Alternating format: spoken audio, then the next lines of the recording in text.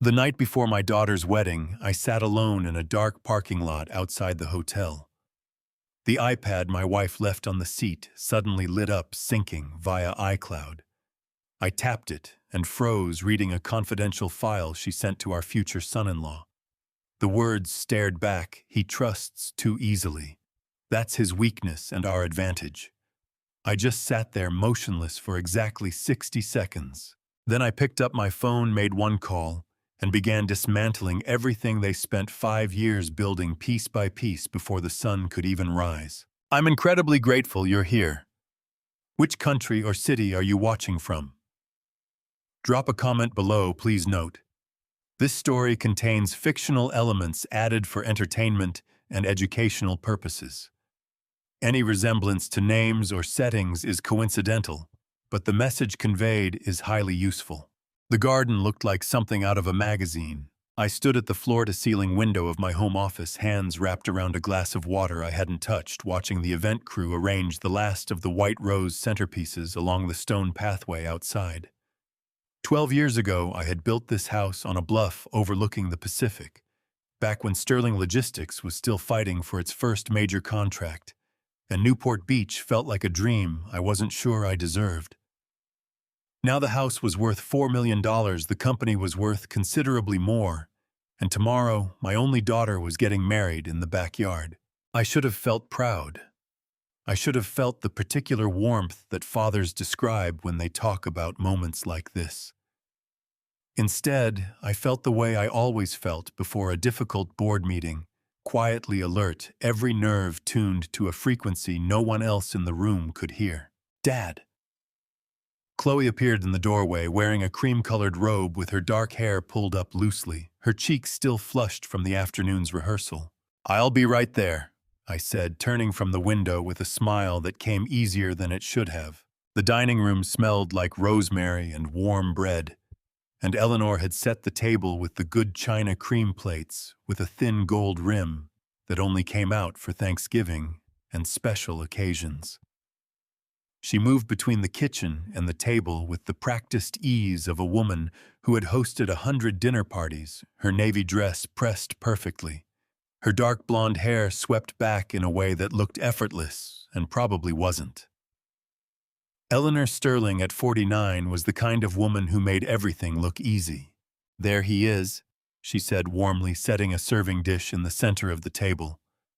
"I was starting to think you'd fallen asleep at your desk again." "Just checking on the setup outside," I said, pulling out my chair. "The florist did good work. She'd better have for what we paid her." Eleanor laughed softly, a musical sound perfectly calibrated. She reached for the ceramic teapot on the side table and poured a steaming cup of herbal tea, setting it gently beside my plate. "Your evening blend. I added a little extra chamomile tonight. You've been so tense this week, sweetheart." I looked at the cup. The tea was pale gold, fragrant, innocent-looking. "Thank you," I said. I did not drink it. Julian Ashworth arrived 7 minutes later, slightly breathless, holding a bottle of wine he'd clearly chosen carefully, and a grin that filled the room the moment he walked through the door.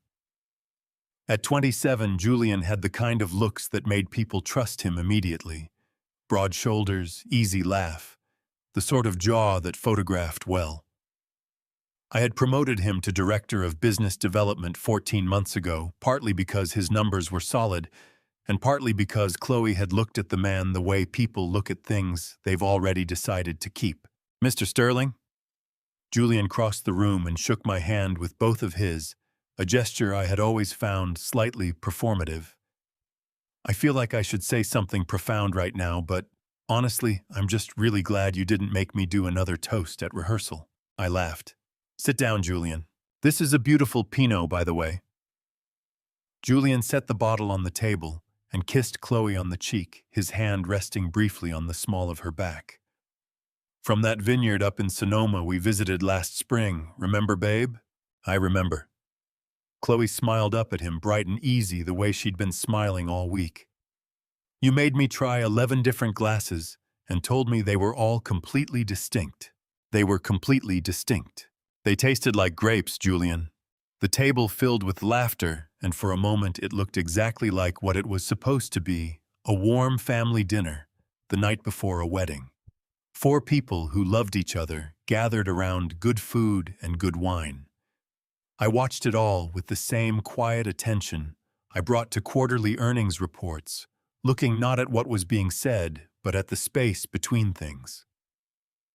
The half-second pause before Julian reached for the breadbasket.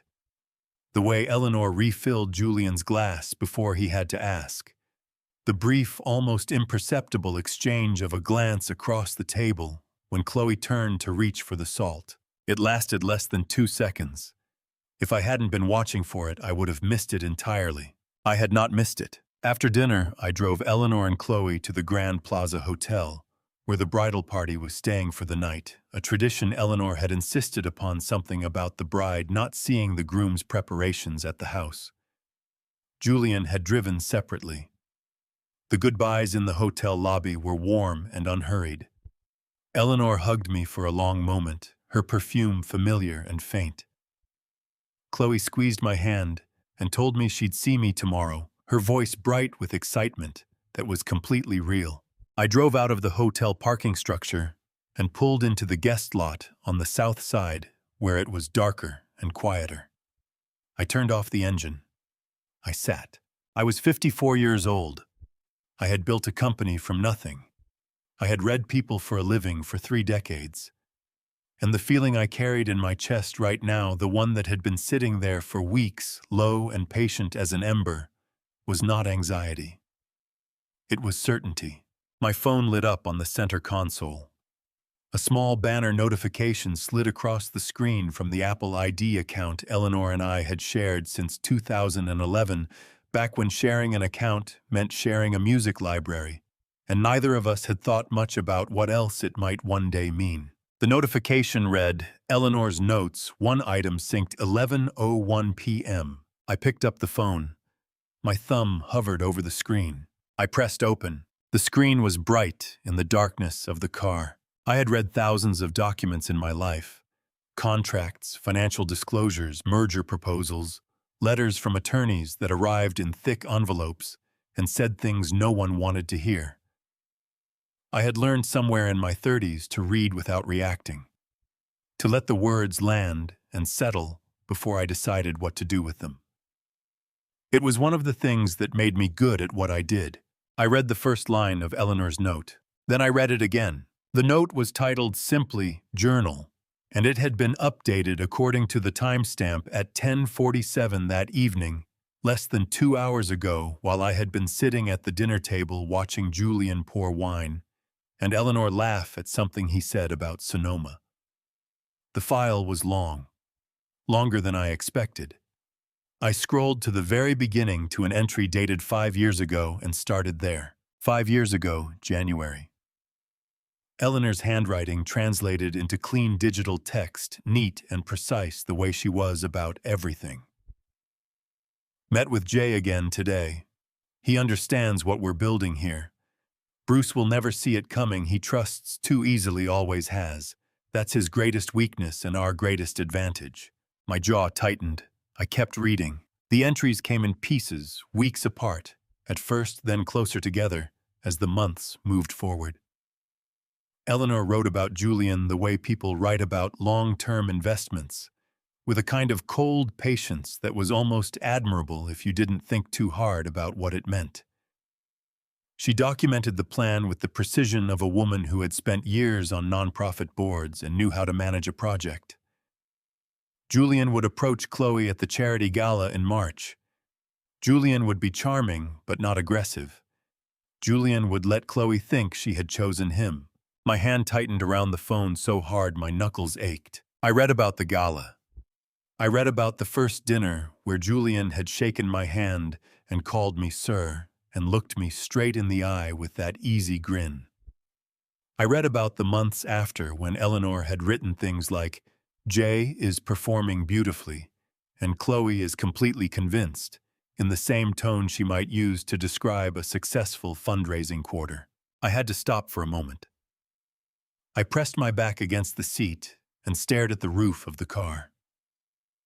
Outside the parking lot was dark and still a few scattered lights reflecting off the asphalt. Somewhere in the hotel above me, my daughter was sleeping, her dress hanging on the back of a door, her whole future arranged and waiting. I pressed my eyes shut for exactly 4 seconds.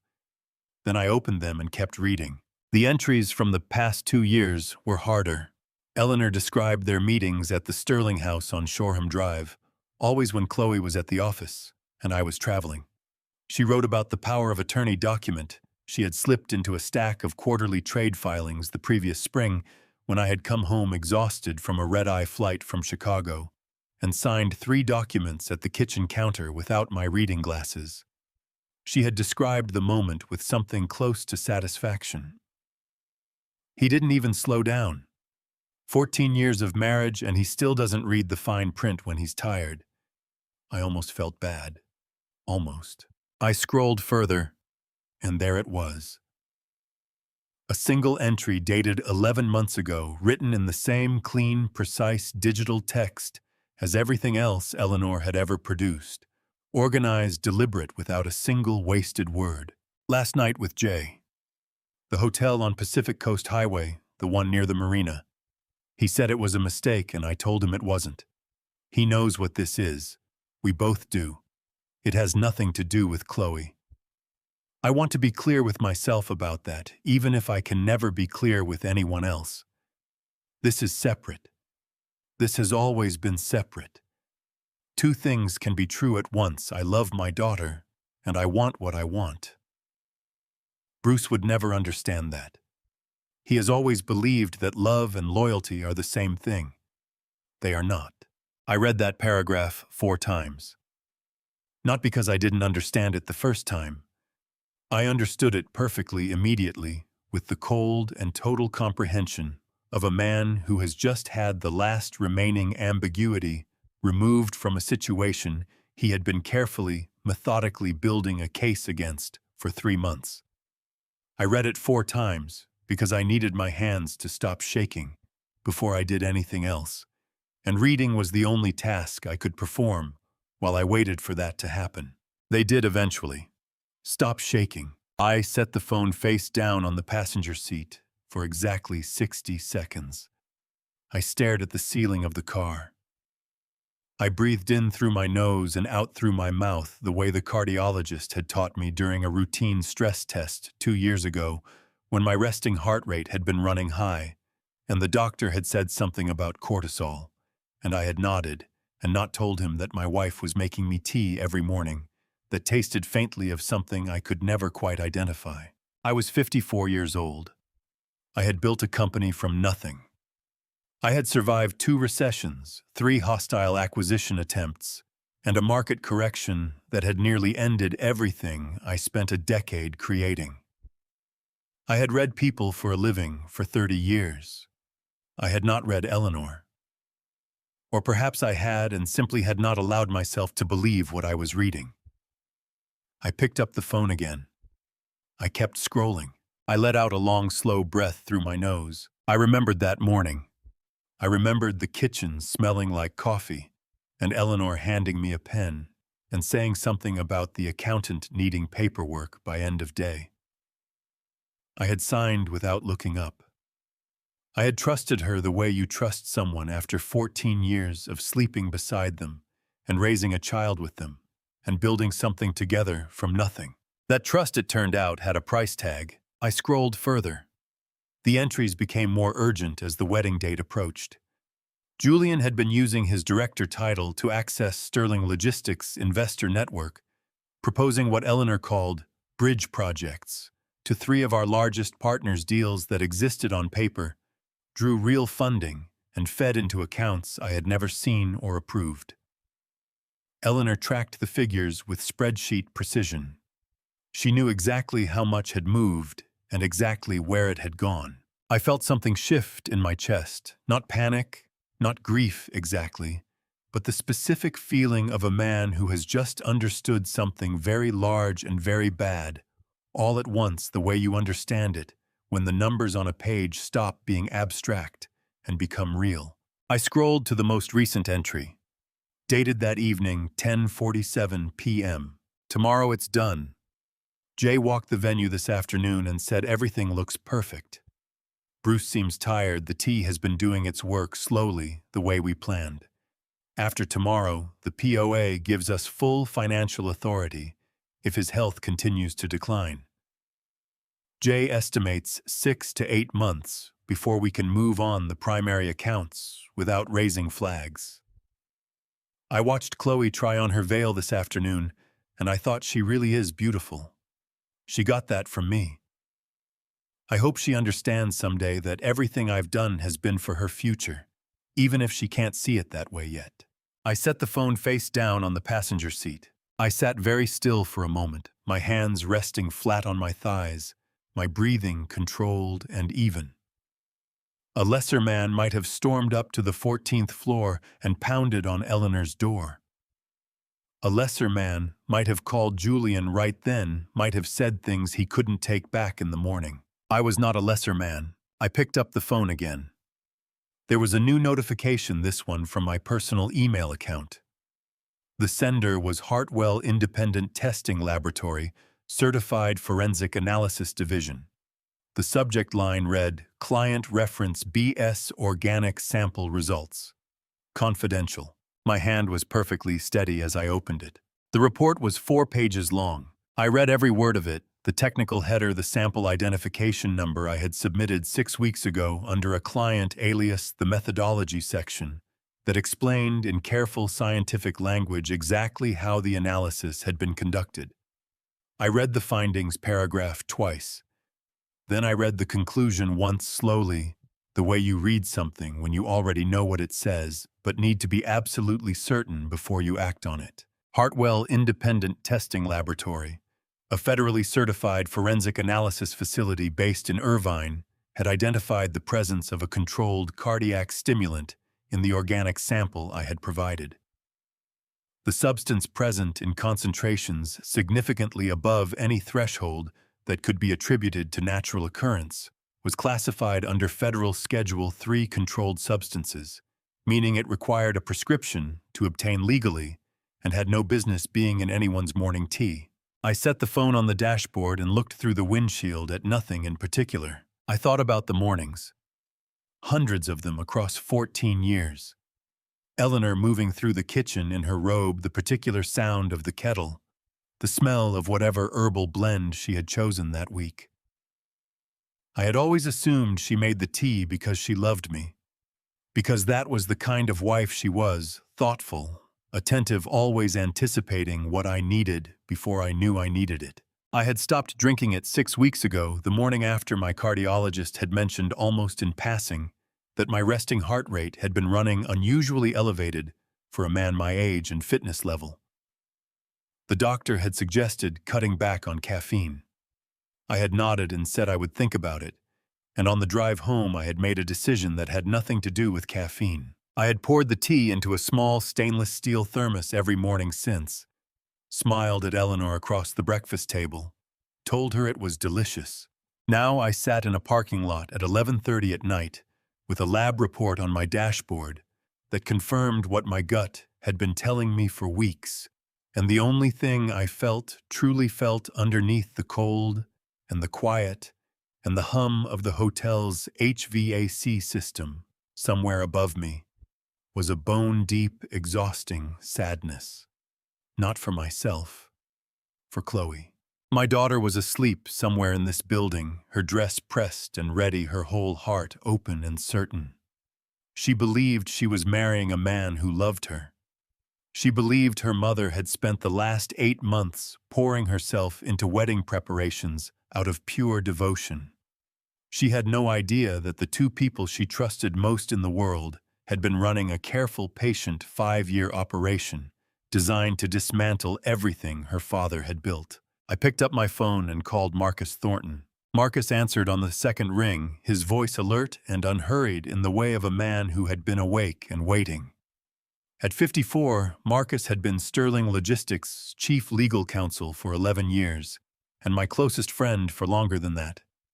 He was the kind of lawyer who didn't rattle, who had seen enough corporate disasters to understand that the worst outcomes were almost always the ones nobody had prepared for. 3 months ago, I had sat across from him in a corner booth at a restaurant in Costa Mesa and laid out everything I suspected. Marcus had listened without interrupting. Then he had ordered dessert, and while he ate it, he had outlined exactly what we were going to do. The lab results came in, I said, a pause, and confirmed, controlled cardiac stimulant, concentrations well above threshold. Marcus let out a slow breath. Then we have everything we need. I also read Eleanor's notes. She synced them to our shared Apple ID. She forgot we never separated the account after Chloe started college. 5 years of documentation, Marcus. All of it. The timeline, the asset projections, Julian's dummy projects, the POA. My voice was level and precise. She kept records like she was filing a grant proposal. Of course she did. Marcus didn't sound surprised. Organized people are dangerous that way. They document everything right up until the moment documentation becomes the thing that ends them. He paused. Are you all right? I'm fine, I said. It was true enough. What's the status on our end? Robert Vance finished the financial audit on Julian's dummy accounts last Thursday. We have transaction records, shell company registrations, and 3 investor communications where Julian represented himself as acting with full board authority, which he was never granted. Marcus's voice shifted into the particular register he used when he was reciting facts he had organized carefully. The DA's office contact is standing by. Robert has a relationship with the duty prosecutor. When you give the word, we can have a filing ready within the hour. Give the word, I said. Consider it given. A brief pause. Bruce, the evidence you have tonight, the lab results, the notes file, that's the capstone. Everything else was circumstantial without it. Tonight made it complete. I looked up through the windshield. The Grand Plaza Hotel rose above me, 14 floors of lit and darkened windows, somewhere behind one of which my wife was sleeping, with the satisfied calm of a woman who believed she had thought of everything. One more thing to do tonight, I said. I'll call you from the room. I'll be here. I ended the call. I stepped out of the car into the cool December air, the kind of mild Pacific winter that never quite felt like Christmas, no matter how many lights people put up. I stood for a moment with my hands in my coat pockets, looking up at the hotel. My breath was steady. My face was composed.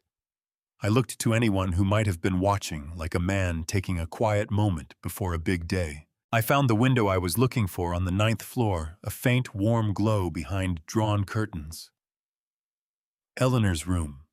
She had requested a room separate from me the night before the wedding, citing some tradition she had read about. At the time, I had thought it was a little unusual. Now I understood it perfectly. I stood there for a long moment, looking up. Then I turned and walked back into the hotel. I had a daughter to wake up. The business center on the 2nd floor of the Grand Plaza was closed at midnight, but the small conference room adjacent to it was not. Marcus Thornton had reserved it 3 months ago under a corporate name that had nothing to do with Sterling Logistics, paying cash in advance at the front desk. During a visit, he had logged in his calendar as a routine client site inspection. That was the kind of lawyer Marcus was, the kind who thought about the parking ticket, as well as the verdict, who understood that the details other people considered excessive were usually the ones that mattered most when everything else fell apart. He was already seated when I walked in, a leather portfolio open on the table in front of him, a cup of hotel coffee going cold at his elbow. At 54, Marcus Thornton had the kind of face that courtrooms respected, square-jawed, unhurried with deep-set eyes, that had a habit of making people feel like he already knew what they were about to say. He stood when I entered, not out of formality, but out of the particular instinct of a man who understood that some moments required you to be on your feet. "You look terrible," Marcus said. "Thank you," I said, pulling out the chair across from him. "Let's get to work." Marcus opened his portfolio and turned it to face me across the table. 3 months of preparation, organized into tabbed sections with the kind of obsessive clarity that Marcus brought to every case he believed in. Section 1, Julian Ashworth's financial activity within Sterling Logistics, cross-referenced against external accounts Robert Vance had identified through licensed investigative work. Section 2, the power of attorney document annotated with a constitutional law professor's written analysis, confirming it had been obtained through material misrepresentation, legal language for fraud. Section 3, communications between Julian and 3 of Sterling's largest investors, in which Julian had represented himself as holding board-level authority he had never been granted. Robert finished the final audit last Thursday, Marcus said, tapping Section 1. He allowed himself a small, satisfied expression. Robert is very good at his job. Robert Vance ran Vance International Security, a private investigations and corporate intelligence firm based in Los Angeles that had worked with Sterling Logistics on sensitive matters twice before. I had called him the same week I called Marcus, sitting in this same hotel parking lot after a cardiologist appointment that had left me with more questions than answers. Robert had listened, asked 4 precise questions, and quoted a retainer fee that I had agreed to without negotiating. The dummy account documentation, I said. Will it hold in federal court? Every transaction has a timestamp, a routing number, and a digital signature traceable back to Julian's work credentials. Marcus turned to Section 3. These investor emails are the cleanest evidence of all. Julian told Harrington Capital in writing that he was acting under full board authorization for the Meridian Bridge project. He used your name, Bruce. He cited a board resolution that does not exist. I felt the familiar tightening in my jaw. What about the DA? Robert has a working relationship with Assistant District Attorney Sandra Kellerman. She handles financial crimes and fraud. He briefed her office informally 2 weeks ago, outlined the shape of the case without providing identifying details. She told Robert that if the evidence package was as complete as described, she could have a duty judge review an emergency warrant application within a 4 to 6 hour window. Marcus checked his watch. If we file at 1:47, we could have preliminary authorization by 6. We file at 1:47, I said. There's one more thing. Marcus reached into his portfolio and produced a single folded document, cream paper formal letterhead. I had a notary on retainer available tonight. This is the formal revocation of the power of attorney Eleanor had you sign.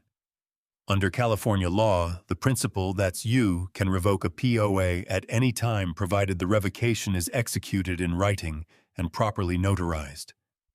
Once you sign this tonight, the document Eleanor has been relying on becomes legally void. Whatever financial maneuvers she and Julian were planning for after the wedding become impossible. He slid it across the table with a pen. I picked up the pen.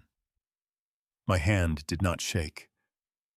I signed my name at the bottom of the document with the same unhurried precision I brought to every contract I had ever executed, because that was what this was, a contract. A reassertion of control over my own life, my own company, my own name. Good, Marcus said, taking the document back. Patricia Holloway is our notary tonight. She's waiting in the lobby. I'll have her stamp it and witness it in the next 10 minutes. And the bank accounts. Marcus closed the portfolio with a clean, final sound. The accounts Julian has been using will be inaccessible by morning. He won't be able to move a dollar. I sat back in my chair. Outside the conference room's narrow window, the parking lot below was empty, and still a few palm trees shifting in a light Pacific breeze. I had built Sterling Logistics over 26 years, from a 2-desk operation in a Burbank strip mall to a company with 412 employees and contracts in 11 states. I had negotiated with difficult men, survived 2 recessions, and made decisions that kept people employed through circumstances that should have ended them. I had always believed that the most important thing a person could build was something real. I had not expected that the thing I would most need to protect it from was my own wife. There's one more piece, I said quietly. Tonight, before we file anything, I need something on camera. Marcus looked at me steadily. The planted substance.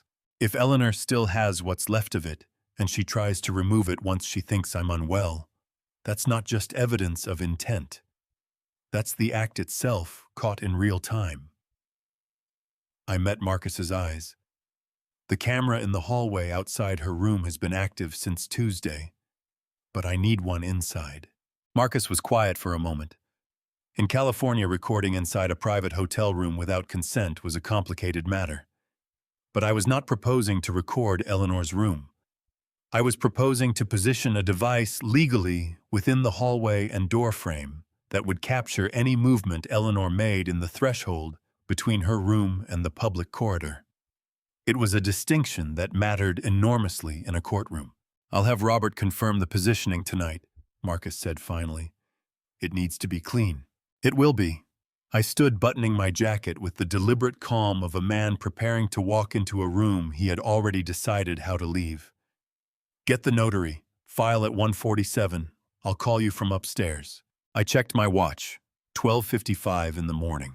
I had exactly one conversation left to have before this night could move forward, and it was the one I had been dreading more than any of the rest. I knocked 3 times quietly. The hallway on the 4th floor of the Grand Plaza was empty, and still the kind of late-night quiet that felt almost pressurized, like the building itself was holding its breath.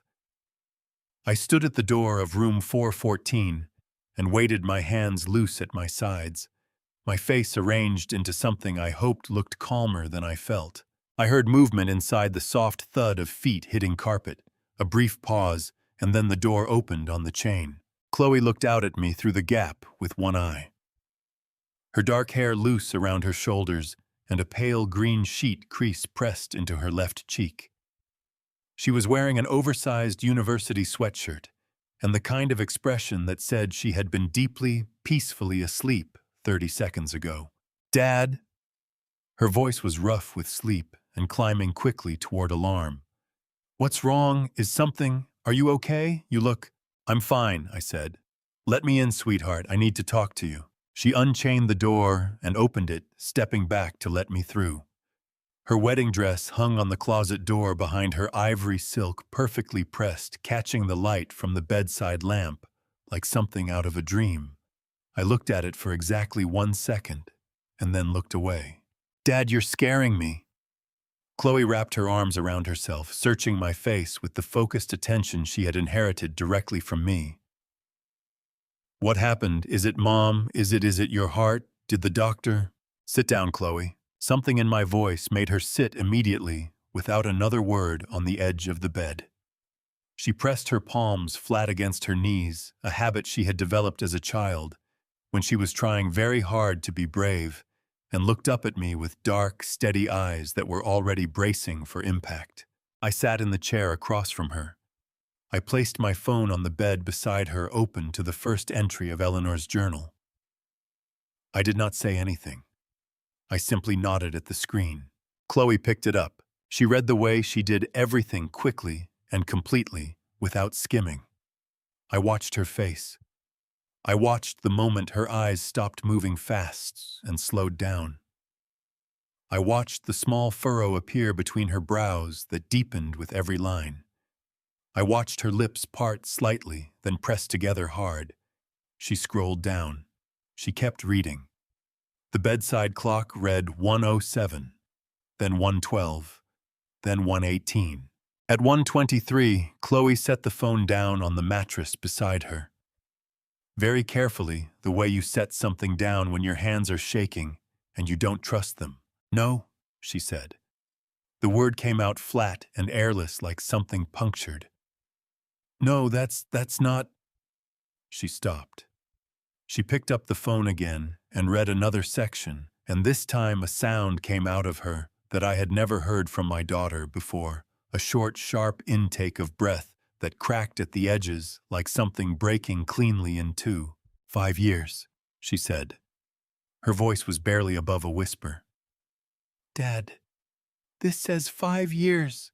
"I know. Julian, before he even—" She pressed the back of her hand against her mouth.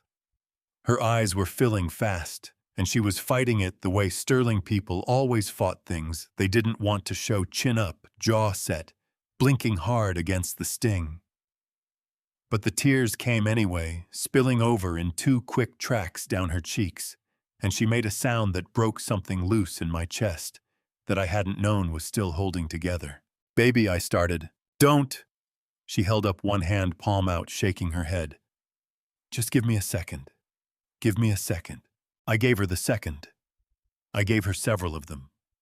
I sat across from her in the quiet hotel room, while my daughter absorbed the knowledge that the man she planned to marry tomorrow had chosen her the way you choose a role in a play, deliberately, strategically, because the casting served the story someone else was writing. And then there was the other thing, the harder thing. Chloe looked up from the phone. Her eyes, still wet, had gone very still. "Mom wrote this," she said. It was not a question. Yes, she planned this, the whole thing. She came up with it. Her voice was gaining an edge now, not breaking anymore, but sharpening the grief, curdling into something harder and hotter underneath. She was with me at every dress-fitting, Dad. She sat across from me at every vendor meeting and helped me pick out centerpieces and talked about how excited she was. Her voice cracked again, and this time she didn't fight it. She pressed both hands over her face and cried, not quietly, not politely, but the way people cry when something fundamental has been taken from them, with her whole body shaking and her breath coming in ragged bursts that she couldn't control. I moved to the bed and sat beside her. I put my arm around her shoulders and held on the way I had held on when she was 7 years old and had fallen off her bicycle on the driveway, and couldn't understand why something that was supposed to be fun had hurt so badly. I didn't tell her it was going to be okay. I didn't tell her not to cry, I just held on. After a while, 4 minutes, maybe 5, the shaking slowed. Chloe lifted her head from her hands. Her face was a wreck, and she knew it, and didn't seem to care, which told me more about where she was emotionally than anything she could have said. She reached over and picked up my phone again. She looked at the screen for a long moment. Then she looked at me. "Tell me everything," she said. Her voice had changed completely. The grief was still there. It would be there for a long time, but underneath it now was something new, something that reminded me with a force that caught me off guard of myself. "Tell me exactly what you know, and exactly what you're planning to do about it. All of it. Not sadness this time. Something closer to awe." I told her everything. When I finished, the clock on the nightstand read 1:49.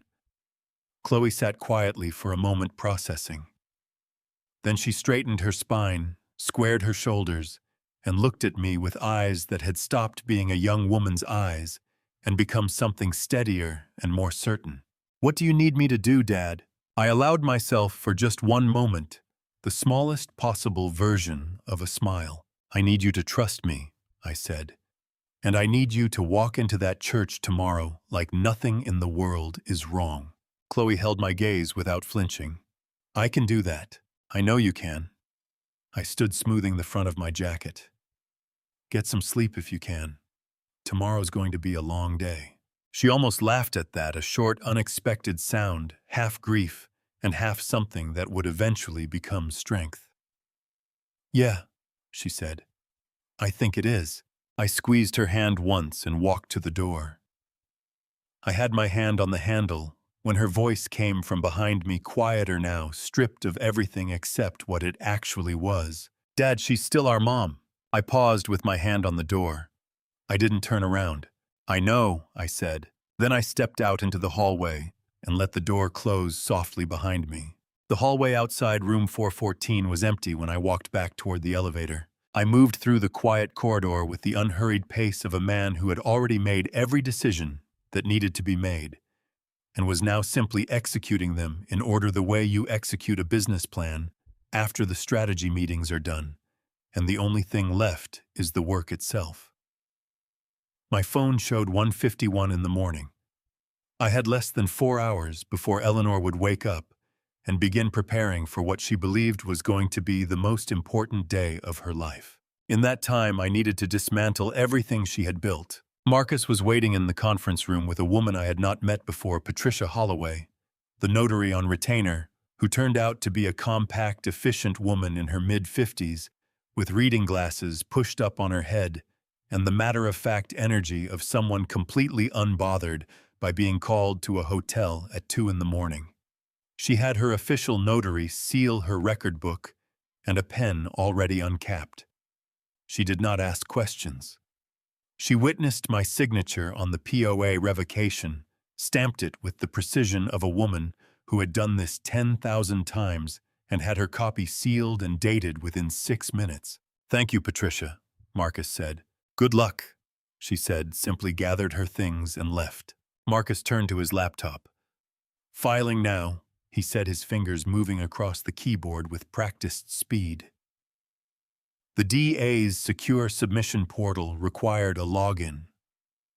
A case reference number that Robert Vance had obtained through his contact at the office, and an encrypted upload of the evidence package, the lab results, the annotated financial records, the investor communications where Julian had misrepresented his authority, and the digital copy of Eleanor's notes from the shared Apple ID. The upload took 4 minutes and 30 seconds. Marcus clicked submit at 1:47. "It's in," he said. I nodded. Robert confirmed the camera position. "Confirmed. Threshold and door frame only, nothing inside the room. Robert has the feed running on a secured device." Marcus looked up from the screen. "If Eleanor moves the substance tonight, we'll have it." "She'll move it," I said. There was no arrogance in my voice, just the flat certainty of a man who had spent 3 months studying someone he had underestimated for 14 years and would not make that mistake again. "She's careful. She won't leave anything in that room that could be found during a search." Marcus accepted this without comment. He reached for his cold coffee, decided against it, and pushed it aside. "The bank called back while you were upstairs. The freeze request on Julian's 4 shell accounts has been submitted under the emergency fraud provision. The compliance officer said we should have confirmation by 5 a.m. Good. I checked my watch. I need 400 copies of the document package by 7:30. Bound professional. The kind of thing people pick up and don't immediately put down." Marcus smiled, the small, controlled smile of a man who had anticipated this. "That's already in motion. I spoke with someone downstairs." The someone downstairs was Audrey Sinclair. I found her in the business center off the main lobby, a large, well-equipped room that the Grand Plaza kept open around the clock for its corporate guests, stocked with 2 commercial-grade printers, a binding machine, and a laminator that Audrey had already powered on and was feeding a test sheet through when I walked in. She was 22 years old, the night manager for the hotel's event services division, with the kind of calm competence that you either had at that age or developed over a decade of dealing with other people's crises. Marcus had approached her an hour earlier, explained that a guest required urgent document reproduction services and that the hotel would be compensated generously for the inconvenience. Audrey had said how many copies and gotten to work. 400 sets. I confirmed setting a USB drive on the desk beside her. Each set is 12 pages. I need them collated and bound spiral binding if you have it, or at minimum a cover page and stapled sections. Audrey plugged in the drive and opened the file. She scrolled through it quickly, her expression professionally neutral. "We have the binding machine. It's going to take me about an hour and 15 minutes for 400 sets on both printers running simultaneously. Maybe less if the paper feed cooperates." She glanced up. "The stock we have is standard 80-pound. It'll look clean and professional." "Perfect," I said. "I'll need to charge the reproduction services to a room or a card." I handed her my personal credit card. "Charge whatever the service requires. Add a 20% gratuity for yourself." Audrey looked at the card, then at me with the measured expression of someone recalibrating their read on a situation. "I'll have everything ready by 3:30, she said. "I'll bring it to the conference room on 2. I thanked her and returned upstairs. The next hour and a half was the strangest of the entire night, a pocket of near stillness after the urgency of everything that had come before. Marcus worked quietly at the conference table, drafting the formal motion documents that would accompany the DA filing in the morning. I sat across from him with a yellow legal pad and wrote in longhand the precise sequence of events I intended to execute at the church. Not the emotional beats, I had no interest in scripting those. Just the logistics. Who would stand where? What would appear on the screen, and in what order? The exact moment I would step to the microphone. I had run hundreds of presentations in my career. I knew how rooms worked, how attention moved, how people processed information when they were surprised versus when they were prepared. Today, technically, since it was nearly 3 in the morning, the 400 people in that church would be completely unprepared. That was the only advantage I needed. At 3:28, a quiet knock came at the conference room door. Audrey Sinclair entered pulling a flat cart stacked with 4 neat boxes, each one labeled in her handwriting, with the contents and quantity. She set them beside the door with the efficient satisfaction of someone who had done exactly what she said she would do in exactly the time she said it would take. 400 sets, she said. Collated bound cover page reads, "Wedding Program," so they blend in with what the guests would expect to receive. She paused. I took the liberty. I hope that's all right. I looked at the boxes, then at Audrey. That's more than all right, I said. Thank you. After she left, I stood alone in the conference room for a moment, looking at the 4 stacked boxes that represented 5 years of someone else's planning, repackaged and ready to be handed back to them in the most public way imaginable. I picked up my phone and sent Marcus a single message, "We have everything." Then I looked at the window. Outside Newport Beach was still dark, but the darkness had the particular quality of very early morning thinner somehow, with the faint suggestion of something waiting on the other side of it. I had one more thing to do before I could let this night end. I took the elevator to the 9th floor at 3 o'clock in the morning. The ride up was smooth and silent, the kind of quiet that exists only in the very early hours, when even hotel hallways seem to exhale. I stood with my hands in my coat pockets and my eyes on the floor numbers, climbing above the doors, running through the next 15 minutes. In my mind, the way I ran through presentations before I walked into a room, not rehearsing the words exactly, but feeling the shape of them, making sure everything was where it needed to be. Room 912, Eleanor's room. I had booked it for her myself 2 months ago, when she had mentioned wanting a higher floor for the view. At the time, it had seemed like a small kindness. Now it seemed like something else entirely, one more detail in a long list of things I had done for a woman who had been keeping careful records of how to use my generosity against me. I knocked twice softly, a long pause, then the sound of movement, the particular shuffle of someone pulling themselves out of deep sleep, a chair scraping feet on carpet. A brief muttered sound I couldn't make out through the door. Eleanor opened it, still wearing her silk robe, pale gray, monogrammed, the kind of thing she had always chosen, with the same attention she gave to everything else in her life. Her dark blonde hair was loose and slightly flattened on one side, and for a half second, just one, she looked exactly like the woman I had married. Slightly. Imperfect, genuinely surprised, unguarded in the way that sleep always made her. Then her eyes focused on my face and something shifted in them. Concern, quick and practiced. "Bruce." Her voice was low and warm with alarm. "What's wrong? What time is it?" "I don't know," I said, and let my voice carry a slight roughness, the kind that came from a long night and too much tension in the chest. I woke up and something felt off. My heart's been doing that thing again. Eleanor's expression sharpened immediately. "The irregularity, come in, come in." She stepped back from the door, pulling it wider, and I stepped across the threshold into the room. Not far, just inside the doorway, near the small entryway table, where Eleanor had placed her purse, her room key, and her phone in the neat, organized arrangement she always maintained. "Sit down," Eleanor said, moving toward me with her hands already reaching. Let me look at you. Are you sweating? Is it your left arm? It's not bad, I said, lowering myself into the chair near the window with the careful movement of a man who was being cautious about his body. I pressed one hand lightly against my sternum. It's more of a pressure, like something sitting on my chest. You need water. Eleanor was already moving to the nightstand, filling the glass from the carafe.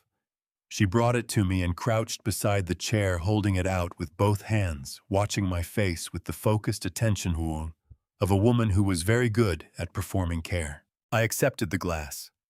I sipped from it slowly, watching her over the rim. I think I just need a few minutes, I said. I didn't want to be alone with it.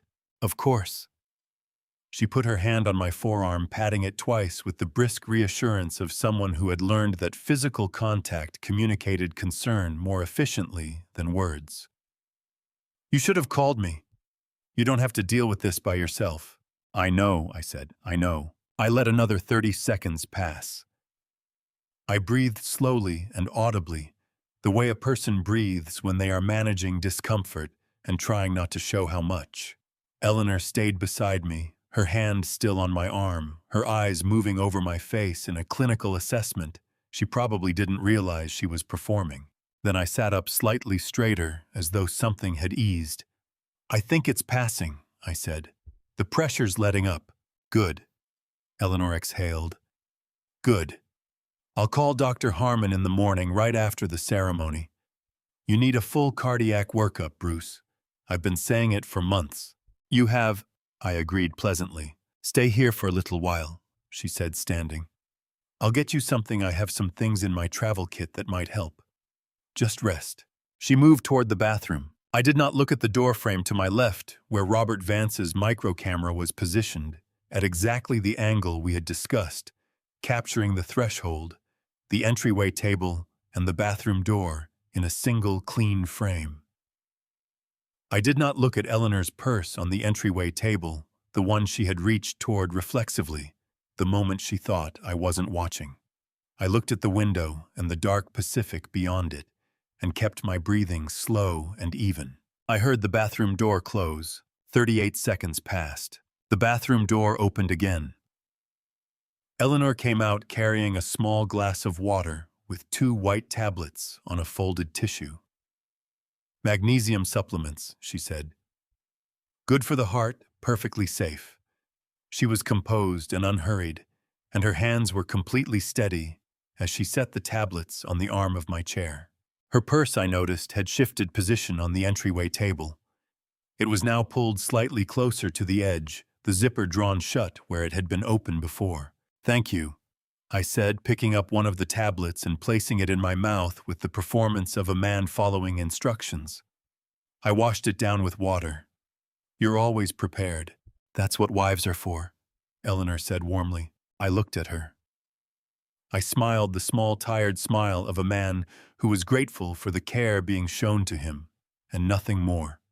Eleanor smiled back with the confident warmth of a woman who believed she had just managed a difficult moment expertly.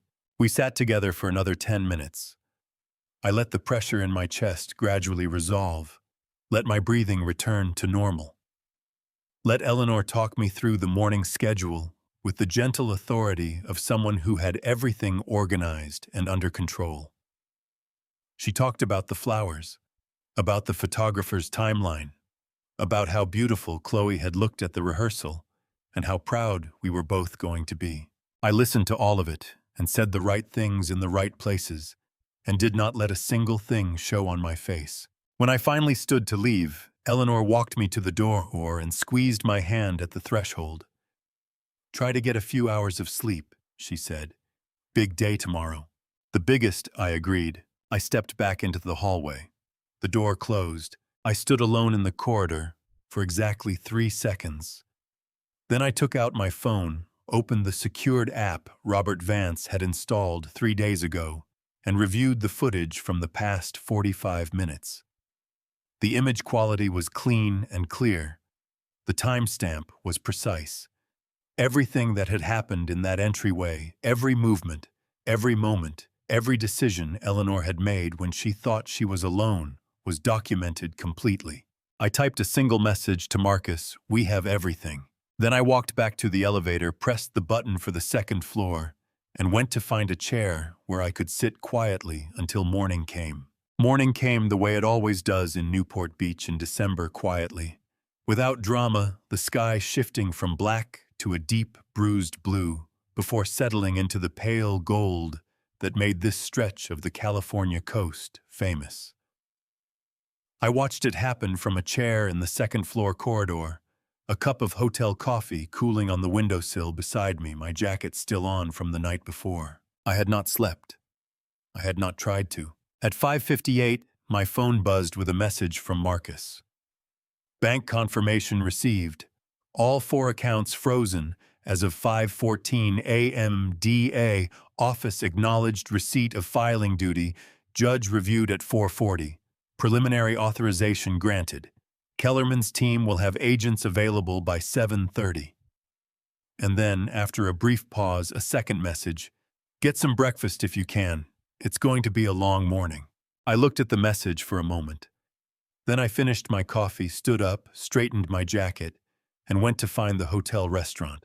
I ate alone at a corner table, eggs, toast, orange juice, with the methodical appetite of a man fueling a machine rather than enjoying a meal.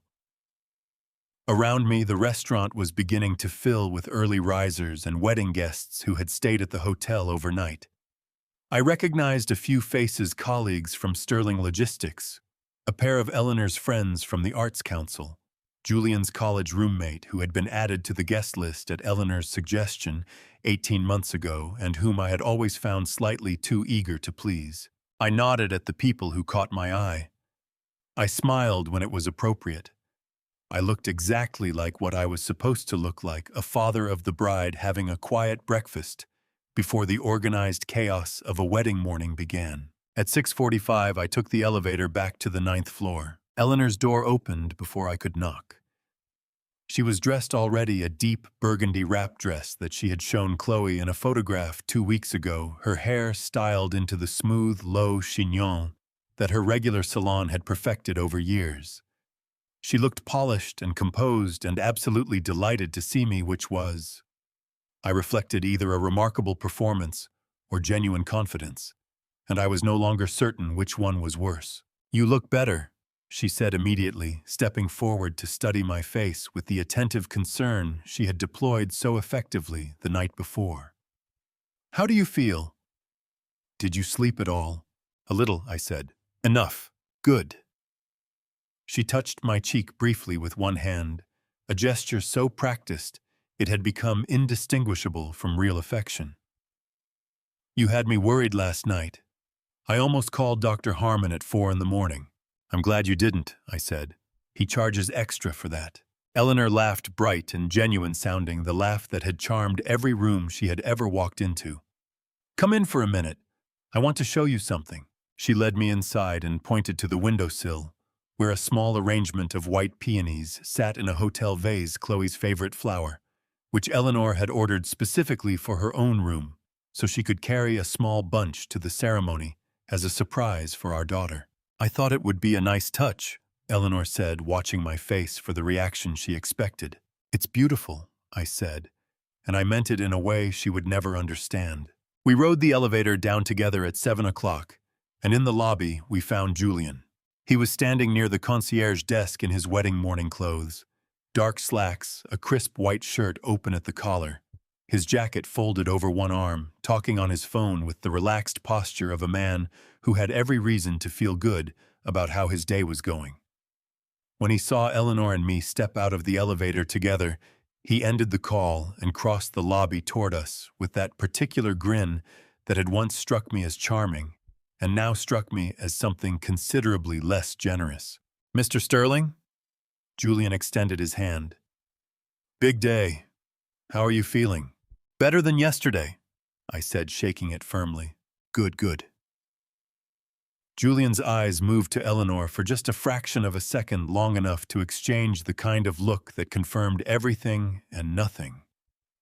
The look of two people who shared a private understanding that they believed no one else could see. "Eleanor, you look incredible." Chloe is going to lose her mind when she sees you. That's the plan, Eleanor said warmly. I watched the two of them talk. I watched the way Julian angled his body slightly toward Eleanor, even when he was nominally addressing me. I watched the small, satisfied quality in Eleanor's posture, the almost imperceptible straightening of her spine, the slight lift of her chin, the way she held herself like a woman who had arrived exactly where she intended to be. They had no idea. The thought did not give me any particular pleasure. It gave me something closer to a profound and exhausted sadness, the sadness of understanding fully and completely that two people I had trusted with everything had chosen to become this instead of something better. At 7:15, Chloe appeared in the lobby. She was wearing a cream-colored robe over her getting-ready clothes, her dark hair pinned up loosely, a bridesmaid's tote bag on one shoulder, and a cardboard box in her arms that she carried with the careful, deliberate ease of someone who had practiced looking casual about something important. She had done her own makeup lightly, just enough to look like a bride who hadn't yet sat down in the makeup chair, not enough to reveal that she had been awake since 1 a.m, being told that her life was not what she thought it was. She hugged Eleanor first. Long and genuine feeling the way you hug someone when you are performing love so perfectly that even you almost believe it. "Mom," she said, pulling back to look at Eleanor's face with shining eyes. "You look so beautiful." Eleanor's face did something complicated that I couldn't quite read. Pride maybe, and something underneath it that might have been for just one moment something real. "So do you, baby," she said softly. "So do you." Then Chloe turned to Julian and kissed him on the cheek and said something about seeing him at the altar that made him laugh and reach for her hand, and she let him hold it for exactly 3 seconds before she said she needed to get upstairs and finish getting ready because the hairstylist was arriving at 8. She caught my eyes over Julian's shoulder as she turned toward the elevator. I gave her the smallest possible nod. She gave me nothing back, not a flicker, not a tremor, not a single thing that anyone watching could have identified as anything other than a happy bride on her wedding morning. She was extraordinary. I watched the doors close. I turned back to Eleanor and Julian, who were discussing the photograph schedule with the wedding coordinator, who had just arrived, clipboards and headsets, and the specific organized energy of someone whose entire professional reputation depended on the next 8 hours going smoothly. None of them knew that the morning had already been decided. St. Catherine's Episcopal Church had stood on the corner of Cliff Drive and Marine Avenue in Newport Beach for 81 years. It was the kind of building that made people lower their voices when they walked through the door, not because anyone asked them to, but because the architecture itself demanded a certain quality of attention. Vaulted ceilings of pale limestone stained glass windows that threw colored light across the nave in the morning hours, dark wooden pews worn smooth by decades of hands resting on them in prayer and grief and celebration. The florist had arrived at 5 a.m. and spent 3 hours filling every available surface with white peonies and eucalyptus, and the effect as the first guests began to arrive at 7:45 was something close to breathtaking. The church's event coordinator, a brisk woman named Helen Marsh, who had managed over 400 ceremonies in this building and believed she had seen everything, met us at the side entrance with her clipboard and a warm professional smile. "Early birds," Helen said approvingly. "The programs are already on the chairs. We set them out this morning. Will you be needing anything before the guests arrive?" Helen blinked. In her experience, last-minute additions to wedding programs meant an extra reading or a revised order of service. She looked at the box, looked at Jessica, and made the calculation that experienced event coordinators make when they sense something outside their usual territory. This was above her pay grade, and the bride's family had paid for everything without a single complaint. So she nodded and moved on. It took the three of them 14 minutes to collect every original program from every chair in the nave and replace them with the bound documents from Audrey's boxes. The new items were virtually indistinguishable from the originals at a glance. Same cream-colored cover stock, same elegant font on the front panel, same weight in the hand. The cover read simply, "Wedding Program." By 7:40, the programs were in place. The bridesmaids settled into the bridal preparation room downstairs and waited. The first guests began arriving at 7:45. Charles Ashworth was 58 years old and had the bearing of a man who had spent 4 decades making decisions that affected large numbers of people and had never found this particularly troubling. He was tall, silver-haired, dressed in a charcoal suit that fit the way expensive things fit when they are made specifically for the body wearing them. He shook hands with the usher at the door, accepted a program without looking at it, and made his way to the third row on the groom's side, which had been reserved for the Ashworth family. He sat. He placed the program on his knee. He did not open it. Across the aisle and 4 rows back, Victoria DuPont arrived alone. Eleanor's older sister was 51 years old and had spent the better part of 3 decades cultivating the particular armor of a woman who had been overlooked by her family and decided to make the world pay attention by other means. She was a sharp dresser, a sharper observer, and she had made her feelings about Eleanor's marriage to me known exactly once at a family dinner in 2014 and had never been invited to repeat them.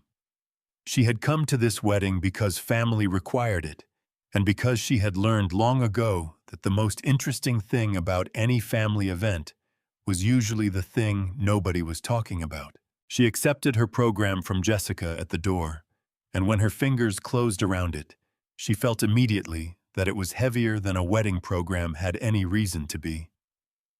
She looked at Jessica. Jessica smiled and moved on to the next guest. Victoria looked down at the cream-colored cover in her hands for a moment, then placed it carefully in her lap without opening it, and settled into her seat with the alert, watchful posture of a woman who had decided to pay very close attention to everything that happened in the next hour. Gavin Reynolds, Julian's closest friend and best man's deputy, arrived at 8 and took his seat near the front of the groom's side. He was 27, trim and pleasant-looking, with the carefully neutral expression of a young man who had made compromises he didn't entirely want to examine. He had known about Julian's arrangement for 14 months, not all of it, not the full depth of it, but enough. He had told himself it wasn't his business. He had told himself Julian knew what he was doing. He had told himself a number of things that were easier than the alternative, and he had become very good at believing them. He accepted his program. He opened it immediately out of genuine curiosity about the order of service. He read the first interior page. His face went very still. He closed the program. He looked straight ahead at the altar for a long moment. Then he took out his phone, typed a short message to a number he had been keeping in his contacts for 6 weeks under the name R.V. Consulting. Robert Vance's direct line. A connection Robert had quietly established 3 weeks earlier through a careful series of questions that had made Gavin understand that the right thing to do was also, in this case, the only safe thing to do, and pressed send. The message read, "I'm here, ready to cooperate fully when needed." At 8 o'clock, Reverend Thomas Abernathy stepped out from the vestry in his ceremonial robes and took his position at the altar. He was 60 years old, had served this congregation for 19 years, and approached every wedding ceremony with the same combination of genuine warmth and professional composure. He opened his service book, reviewed his notes, and looked out at the 400 guests who had filled every pew of St. Catherine's to capacity. It was, he reflected, a beautiful morning for a wedding. The colored light from the east windows was particularly lovely at this hour, falling in long amber and rose panels across the center aisle. The flowers were magnificent. The congregation was well-dressed and buzzing with the pleasant anticipatory energy that always preceded a ceremony. He noticed with a faint curiosity he could not quite account for that an unusually high number of guests were looking at their programs. not glancing at them the way people glanced at order of service sheets while they waited, but reading them. Actually reading them with the focused attention of people who had found something unexpected and were not sure yet what to do about it. He filed this observation away and said nothing. At the back of the church, the processional music began. It was Bach, the specific piece Eleanor had selected 8 months ago from a list the organist had provided, because Eleanor had selected everything about this wedding with the same careful attention she brought to all her projects. The music rose into the vaulted space of the nave with the full resonant authority of an instrument that had filled this room for 80 years, and the 400 guests rose to their feet in the collective, instinctive movement of people responding to something that told them it was time. Outside on the stone steps of St. Catherine's, I straightened my jacket, offered my right arm to my daughter, and looked at Chloe one last time before we walked through the door. She was composed and pale and more beautiful than I had ever seen her, and her eyes, when they met mine, were steady and clear and completely certain. "Ready," I said quietly. She took my arm. She lifted her chin. She looked straight ahead at the open doors of the church and the 400 people beyond them, and the man waiting at the altar, who had no idea what was coming. "Let's go," she said. The doors of St. Catherine's opened inward, both panels at once pulled by 2 ushers who had been waiting at their positions since 7:50, and who executed this particular moment with the practiced precision of men who understood that the entrance of the bride was the hinge on which everything else turned. The music swelled. 400 people rose to their feet in the smooth collective motion of a congregation responding to something ancient and instinctive, the sound of a particular piece of music that told every human nervous system in the room that something significant was about to begin. The rustle of fabric, the soft percussion of programs being set aside, the collective intake of breath that preceded the turning of 400 heads toward the back of the church. It happened in the space of 3 seconds and produced a sound that was not quite silence and not quite noise, but something in between, a held quality, like the moment before an orchestra plays its first note. I felt it the way I always felt large rooms as information. 400 people, most of whom I knew by name. Business partners, longtime clients, family members I had not seen in years, friends who had shown up on a Saturday in December because they believed they were witnessing something worth celebrating. They had flown in from Seattle and Chicago and New York and Dallas. They had booked hotel rooms and bought new clothes and arranged babysitters. They had done all of this because they trusted that what they were being invited to witness was real. I walked slowly. I had chosen the pace deliberately slow enough that every person in that church could see my face slow enough that I could see theirs slow enough to let the weight of the moment accumulate the way it needed to in order to do what it was going to do when the time came. Beside me, Chloe moved with the particular grace of a woman who had made a decision and was carrying it in her spine, shoulders, back, chin level, eyes forward, her white dress catching the amber and rose light from the east windows in a way that made half the people in the room reach for their phones before they remembered they had been asked to keep them away. Not a tremor, not a crack. I had never been more proud of her in my life and could not say so I simply walked beside her and let the music carry us forward. Julian stood at the altar. He was dressed in a charcoal tuxedo that fit him impeccably, his dark hair styled back, his expression arranged into something that was genuinely moving. If you did not know what I knew, a kind of open, vulnerable happiness, the face of a man who was allowing himself to be seen wanting something. He had practiced this, I suspected. He had practiced it in a mirror the way actors practice things they need to feel true. When Julian's eyes found Chloe coming down the aisle, his face did what faces do when they are performing joy with sufficient commitment. It lit up. He pressed his lips together briefly, as though controlling an emotion. He reached up and touched his jaw with one hand in a gesture that read from the pews as a man overcome. On the bride's side, in the front row, Eleanor sat with her hands folded in her lap, and her face arranged into an expression of maternal pride so perfectly calibrated that it deserved its own kind of acknowledgement. She had positioned herself at the end of the pew so she would be clearly visible in any photographs taken from the front, which said everything about Eleanor that needed to be said, and that I had spent 14 years not allowing myself to see. She caught my eye as I passed her row. She gave me a small, warm smile, the smile of a woman who believed she had won. I smiled back. Chloe and I reached the altar steps. The music was drawing toward its close, the final bars filling the stone vault of St. Catherine's, with something that felt in the circumstances almost unbearably ironic. Julian descended the 2 steps from the altar platform and stood before us, his hand already extending toward Chloe, his eyes soft and certain and completely unsuspecting. I did not let go of Chloe's arm. I had rehearsed this moment in my head a dozen times over the past 3 months, trying to anticipate what it would feel like when it arrived. I had imagined anger, satisfaction, grief, the cold, clean clarity of a decision long made finally being executed. What I had not anticipated was how quiet it would feel. How simple. I was a 54-year-old man standing at the altar of a church, with my daughter on my arm, and the full weight of the truth in my possession. And the next thing I did would determine the rest of a great many people's lives. I was ready. Julian's hand was still extended, his smile beginning to carry the faintest edge of uncertainty as the seconds stretched past the point where the handoff should have happened. "Mr. Sterling," he said quietly, with the polished ease of a man trying to smooth over an awkward pause.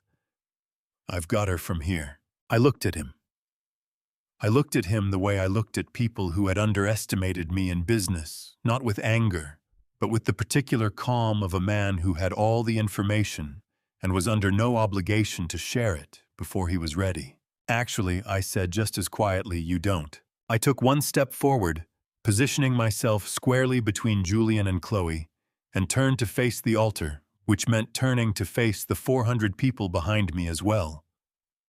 All of them still standing. All of them holding programs they had not yet had reason to open. All of them waiting for the moment to resolve itself into something they recognized. Reverend Thomas Abernathy looked at me from his position at the lectern with the carefully neutral expression of a man of God who had seen unexpected things in this building before and had learned to let them unfold without interference until he understood what he was dealing with.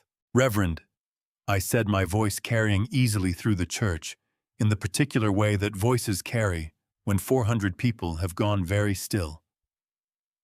"If you'll allow me just 1 moment. Before I reveal the ultimate showdown at the altar comment, keep watching or drop the number 99 so I know you're still here with me, and please be warned. The upcoming events contain fictionalized elements designed for dramatic effect and may not fully align with reality. If you prefer not to engage with these harsh truths, you can turn off the video right here." The silence that followed those 7 words was the kind that fills a space completely. Not the comfortable silence of people waiting for something expected, but the sharp, pressurized silence of 400 people who had just realized simultaneously that they did not know what was happening, and that whatever it was not what they had come here for. I could feel it the way you feel, a change in atmospheric pressure, a tightening, a collective held breath, the particular quality of attention that a room produces when everyone in it has stopped thinking about themselves and started watching the same thing. I walked to the pulpit. Reverend Abernathy stepped aside without a word, with the quiet dignity of a man who had spent 40 years learning when to speak and when to make room for something larger than his own agenda. He moved to the left of the altar and folded his hands and waited, which I appreciated more than I could have articulated in that moment. The pulpit microphone was a standard Shure condenser model, adjusted to approximately 5 feet 10, my height exactly, which I noted with the small detached part of my mind that kept cataloging details even now. I adjusted it anyway, out of habit. The soft pop of the adjustment carried through the church's speaker system and into every corner of the nave, and 400 people who had been whispering to each other went quiet again. I placed both hands on the sides of the pulpit. I looked out at the room. I had addressed larger audiences than this industry conference's shareholder meetings, the quarterly all-hands at Sterling Logistics, where 412 employees watched me describe the state of the company and trusted what I said because I had never given them a reason not to. I had always understood that the most important thing you brought to a room was not your argument, but your credibility. People did not follow logic. They followed the person who delivered it. I looked at Julian first. He was standing at the base of the altar steps, 3 feet to my right, his expression cycling rapidly through confusion, uncertainty, and the beginning of something that looked like alarm. His jaw was set, and his hands, those easy practiced hands that had shaken mine with such confident warmth at 100 family dinners, were now pressed flat against his thighs, in the posture of a man trying very hard to look relaxed. I looked at Eleanor. She had risen halfway from her pew, not fully standing, not fully sitting, caught in the uncertain physical posture of a woman who had not yet decided whether this moment required her to perform concern or assert control. Her eyes were on my face, and they were very still in the way that Eleanor's eyes went still when she was calculating. I looked at Chloe. She had taken 1 step back from the altar and was standing at the edge of the center aisle, her hands loose at her sides. Her bouquet held lightly, her face composed into an expression of appropriate confusion that matched every other face in the church. She was extraordinary. She had always been extraordinary. I looked finally at the 400 people who had come to witness something they were about to understand very differently. I want to thank all of you for being here, I said into the microphone. My voice was even and unhurried, the voice of a man making a prepared statement at a board meeting, rather than addressing a wedding congregation. You came a long way. Many of you rearranged your schedules, booked flights, took time away from your families to be in this room today. I want you to know that your presence here matters. What you witness in the next few minutes is going to matter. A murmur moved through the congregation, low and uncertain, the sound of people exchanging glances. Before this ceremony continues, I said there are some things this room should know. I turned slightly and raised my right hand toward the rear of the nave, where the church's technical booth was positioned above the last row of pews. Robert Vance had spent 40 minutes with the church's AV technician on Friday afternoon, under the cover of a routine equipment check requested by the wedding coordinator. The technician had been cooperative and professional and had not asked questions that were not his to ask. The main screen above the altar, a retractable panel used during holiday services for hymn lyrics, descended smoothly from its housing in the ceiling. The projector warmed up. The image appeared. It was the footage from the hotel doorway camera. Timestamp 3:02 a.m. December 20th. The frame showed the entryway table, the partially open door to the bathroom, and Eleanor Sterling moving through the space with the careful, deliberate movements of a woman who believed she was not being observed. The image was clear. The timestamp was precise. The action was unambiguous. The murmur in the congregation became something louder. Eleanor made a sound that was not quite a word, a sharp intake of air that she suppressed almost immediately, pressing her lips together, hard, her hand going to the pew back in front of her, as though she needed something to hold on to. Julian took a half step backward, his shoe catching on the altar step, and he put out a hand to steady himself against the railing, with the sudden, ungraceful movement of a man whose body had stopped taking instructions from his brain. "What you're seeing," I said calmly, "is footage from a camera positioned legally in the threshold of my wife's hotel room doorway at 3 this morning. What you are seeing her remove from the bathroom and place in her personal bag is a controlled cardiac stimulant, a substance that has no legal use without a prescription and no legitimate reason to be in anyone's possession on the night before a wedding. I paused for exactly 3 seconds. The document on the next slide is the certified laboratory analysis of a sample I submitted 6 weeks ago from the herbal tea my wife has been preparing for me every morning for the past 14 months. The second slide appeared. The Hartwell Independent Testing Laboratory letterhead was crisp and legible on the large screen, the findings paragraph visible from the back row. The conclusion section highlighted in a simple yellow box that Marcus had added during the document preparation the night before. A third slide appeared before I raised my hand again.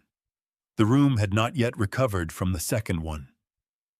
I could feel it, the particular quality of 400 people processing information faster than they were comfortable with, the low sound of shock moving through stone and wood, and the spaces between people who had driven long distances to watch something they believed would be beautiful. "There is one more dimension to what you are looking at," I said.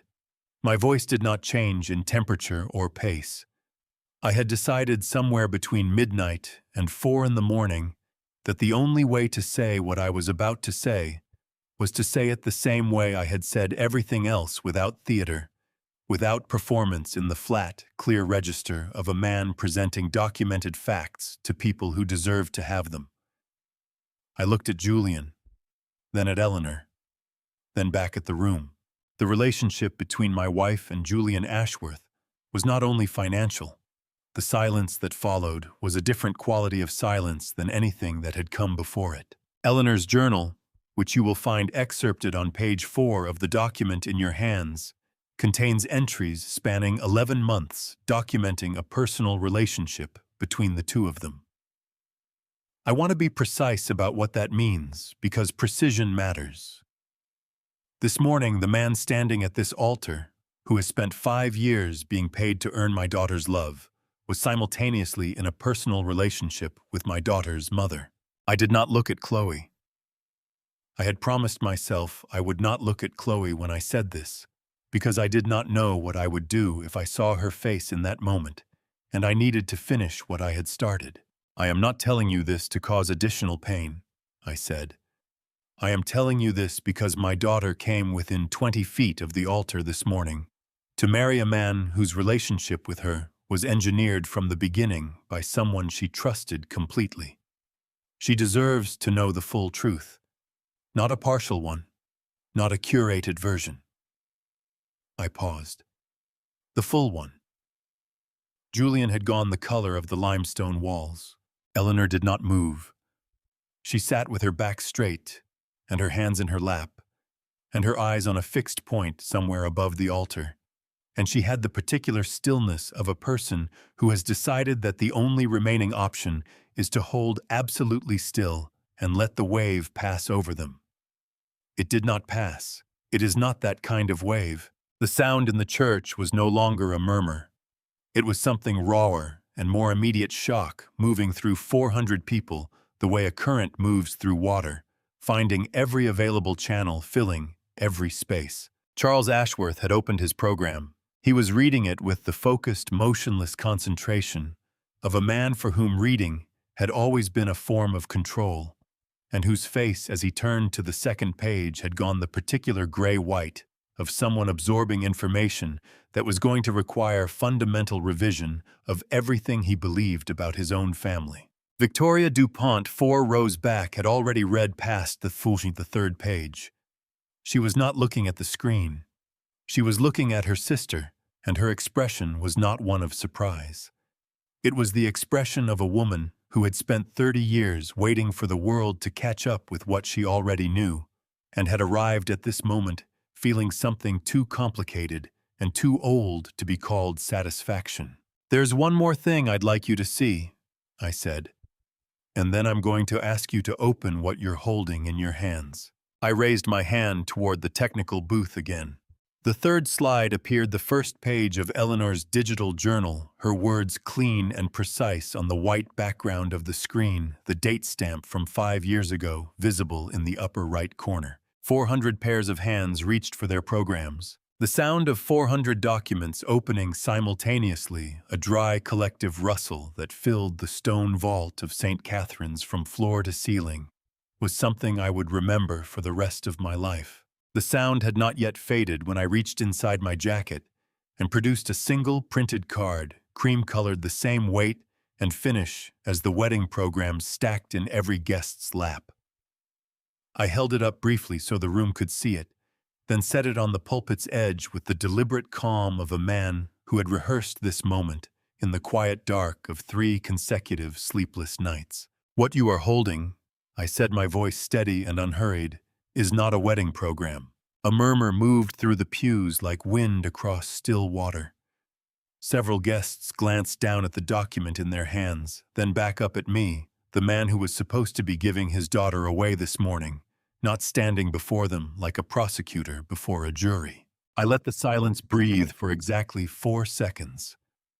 I had learned that trick from Marcus years ago: give a room time to catch up with what they've just heard, or they won't hear the next thing at all. "Inside that document," I continued, "you will find a 5-year record. Dates, amounts, account numbers, and names. I want to walk you through the ones that matter most." I clicked to the next slide. The screen now displayed a clean columnar spreadsheet, the kind a forensic accountant produces when they want a document to hold up in court.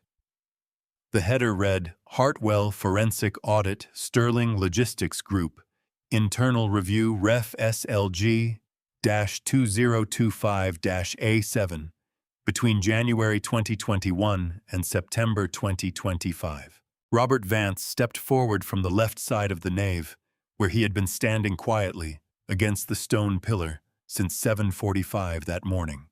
Robert was 38, lean, with wire-rimmed glasses, and the unhurried posture of someone who spent his days inside spreadsheets and had long ago made peace with the fact that numbers told stories more reliably than people did.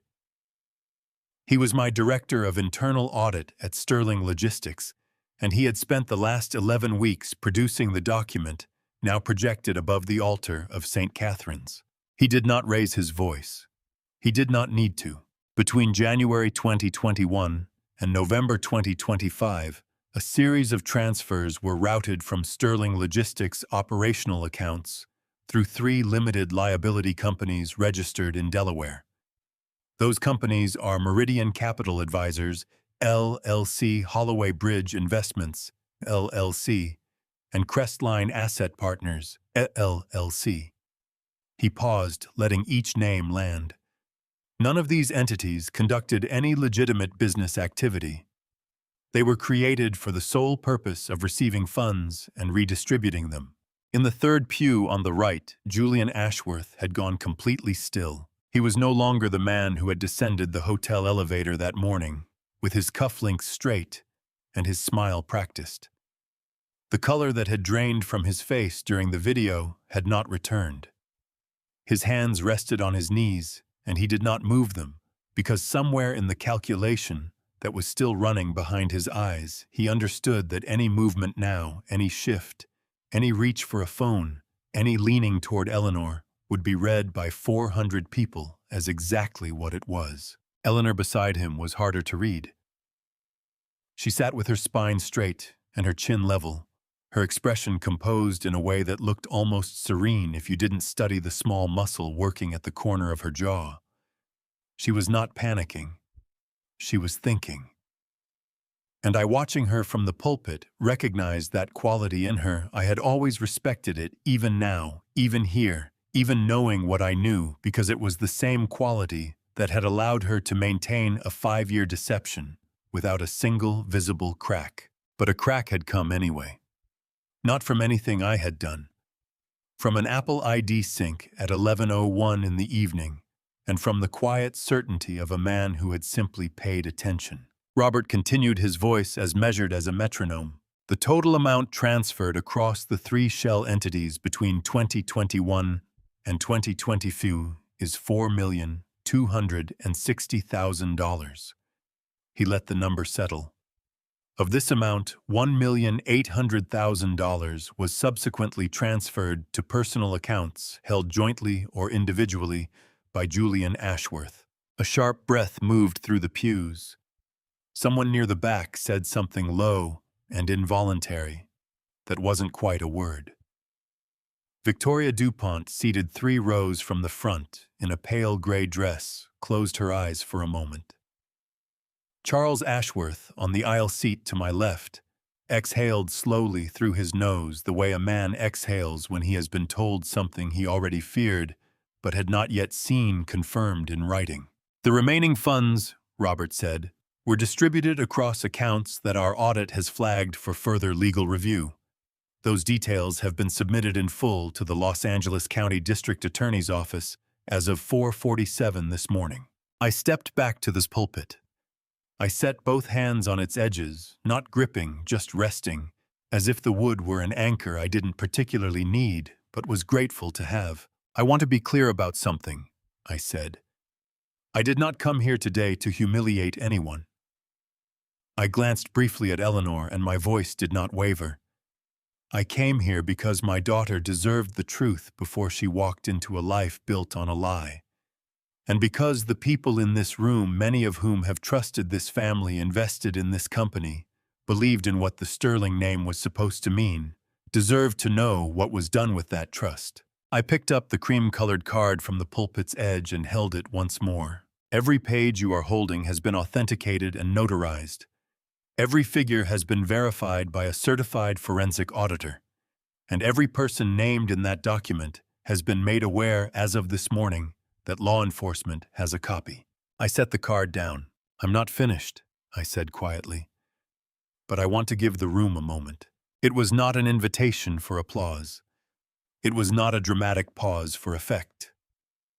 It was something closer to mercy, the kind a man extends when he knows the next thing he is about to say will be the hardest thing anyone in that cathedral hears all morning.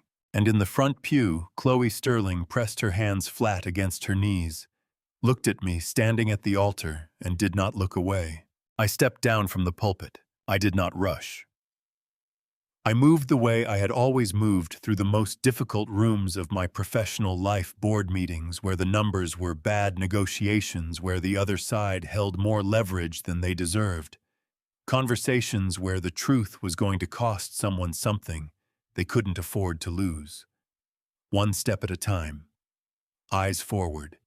Chin level.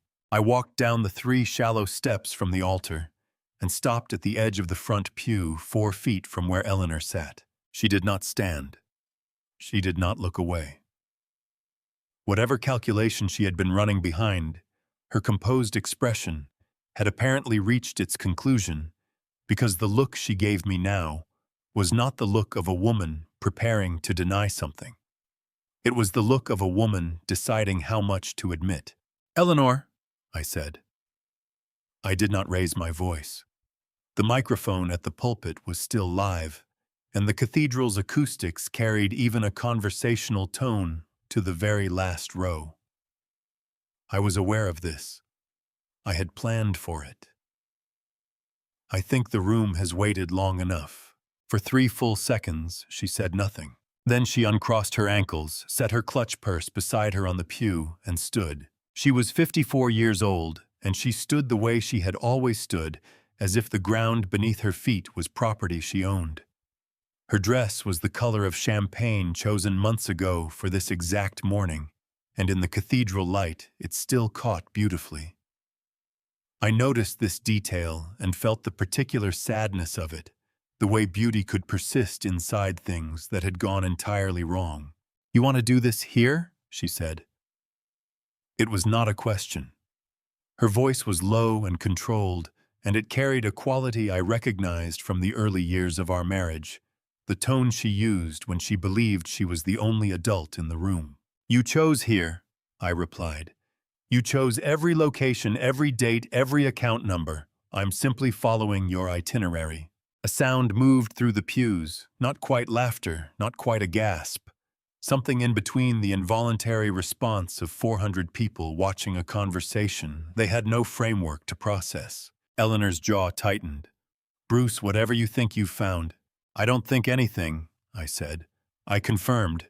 "There's a difference, and I suspect you understand that better than most."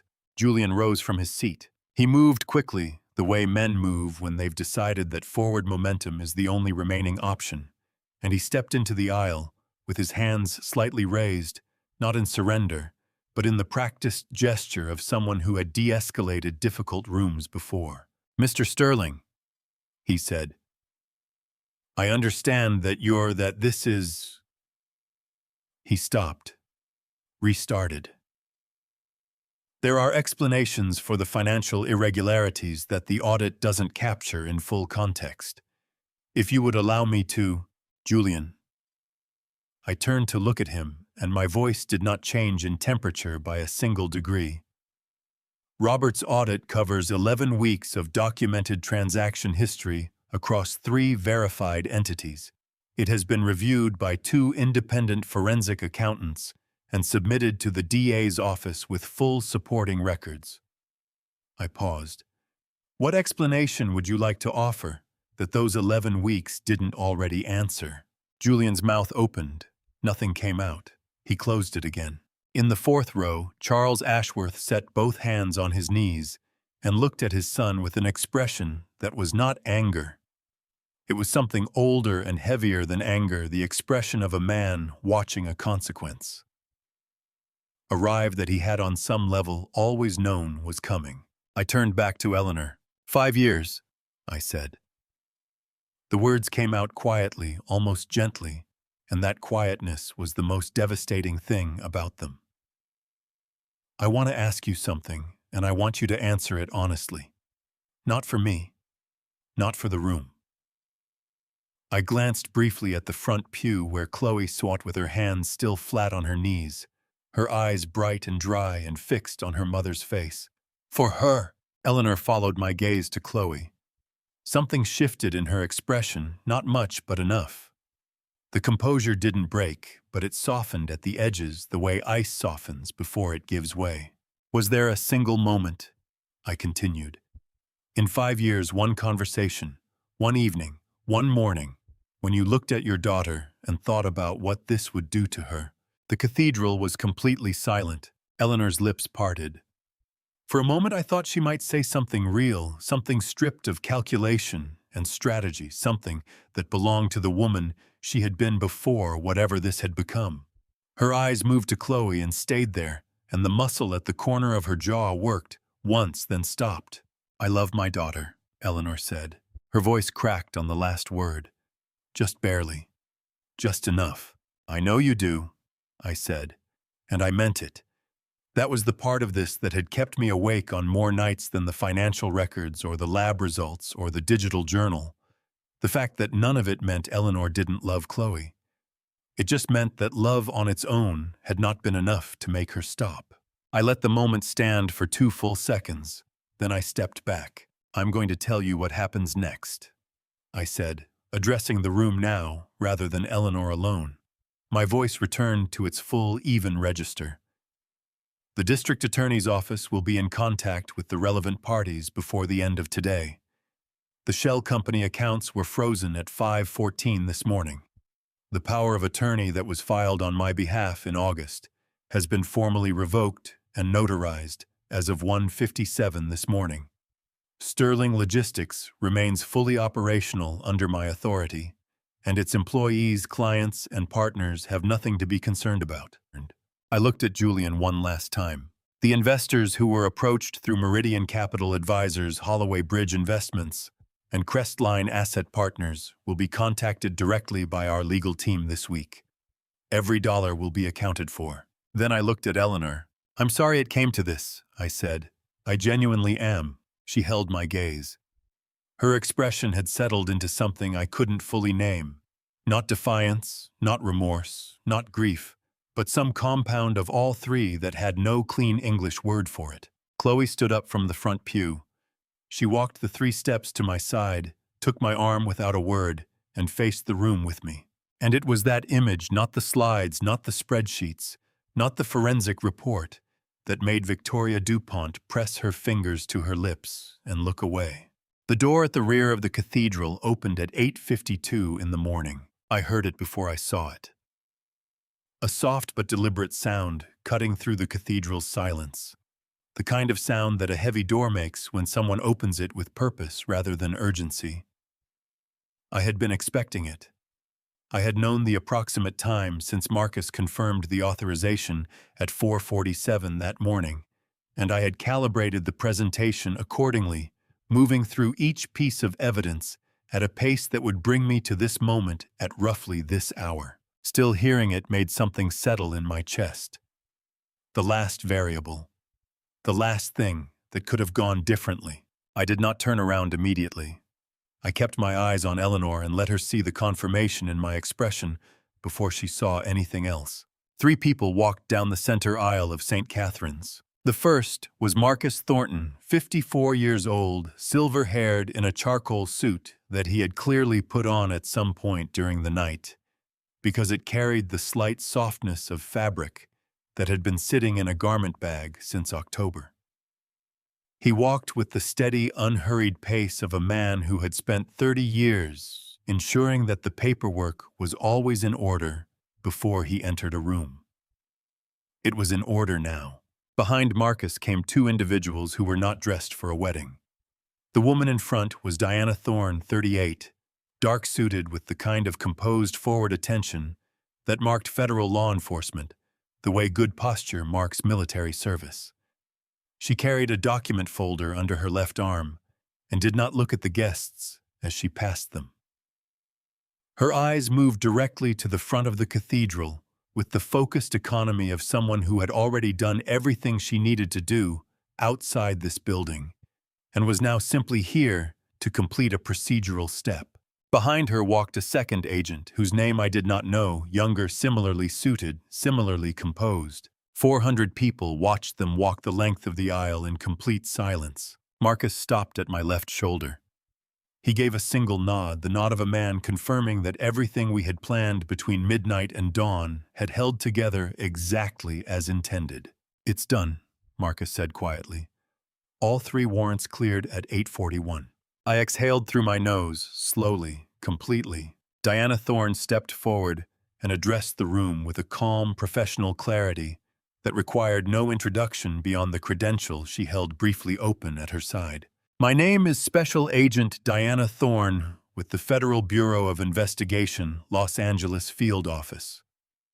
Her voice carried without effort, clear-measured, and entirely without theater. "I am here pursuant to federal arrest warrants issued this morning in connection with an ongoing investigation into wire fraud, financial conspiracy, and unlawful transfer of assets across state lines. I want to assure everyone present that this is a civil and orderly proceeding, and I ask for your patience and cooperation." She did not raise her voice. She did not need to. Julian Ashworth heard every word. He had not sat back down after my last address to the room. He was still standing in the aisle 3 feet from the front pew, and when Diana Thorne finished speaking, he turned his head toward the rear exit with the involuntary reflex of a man whose body had processed the situation slightly faster than his mind. The second agent shifted position, a small adjustment, barely noticeable but enough. Julian turned back around. He pressed his lips together and looked at the floor. When he looked up again, his eyes found Charles Ashworth in the 4th row. And what passed between them in that look was not a conversation, it was the end of one. 30 years of a father building something for a son who had decided he wanted it faster than it could be given. All of it finished in a glance. Charles Ashworth did not look away from his son. His hands were folded in his lap, and his face held the stillness of a man exerting considerable effort to hold a very specific expression in place. His jaw was set. His eyes were wet, though no tears fell. He was 63 years old, and he had sat in rooms like this, before rooms where something irrevocable was happening, and he knew the way you know certain things only after you have lived long enough that the only dignified response was stillness. Eleanor did not move toward the exit.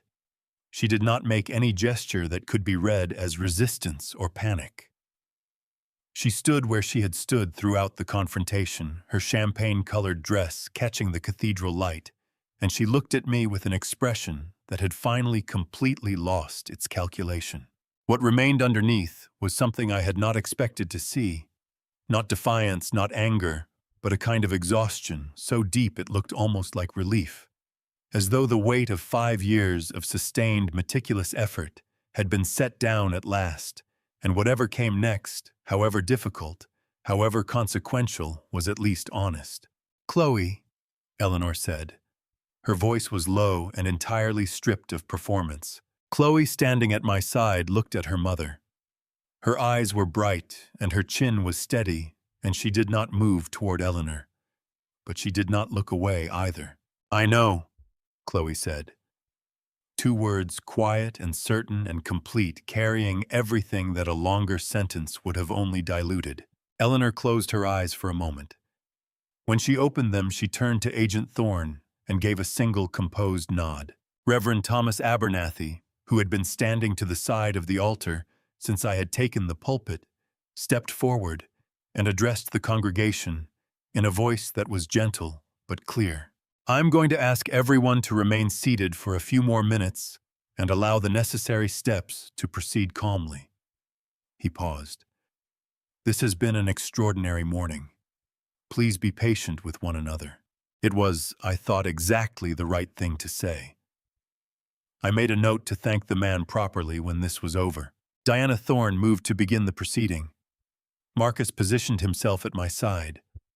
Chloe tightened her hand slightly on my arm, not from fear, I could feel the difference, but from the simple grounding need to confirm that the person beside her was real and present and still standing. I was. Charles Ashworth bowed his head not in prayer, but in the private reckoning of a father who was only now beginning to understand the full cost of what his silence had allowed. The proceeding took 11 minutes. I stood to the side of the altar and watched it happen with the particular detachment of a man who has spent months building toward a single outcome, and now finds in the moment of its arrival that the feeling is nothing like what he anticipated. I had expected relief. I had expected something clean and definitive, the emotional equivalent of a door closing firmly on a difficult room.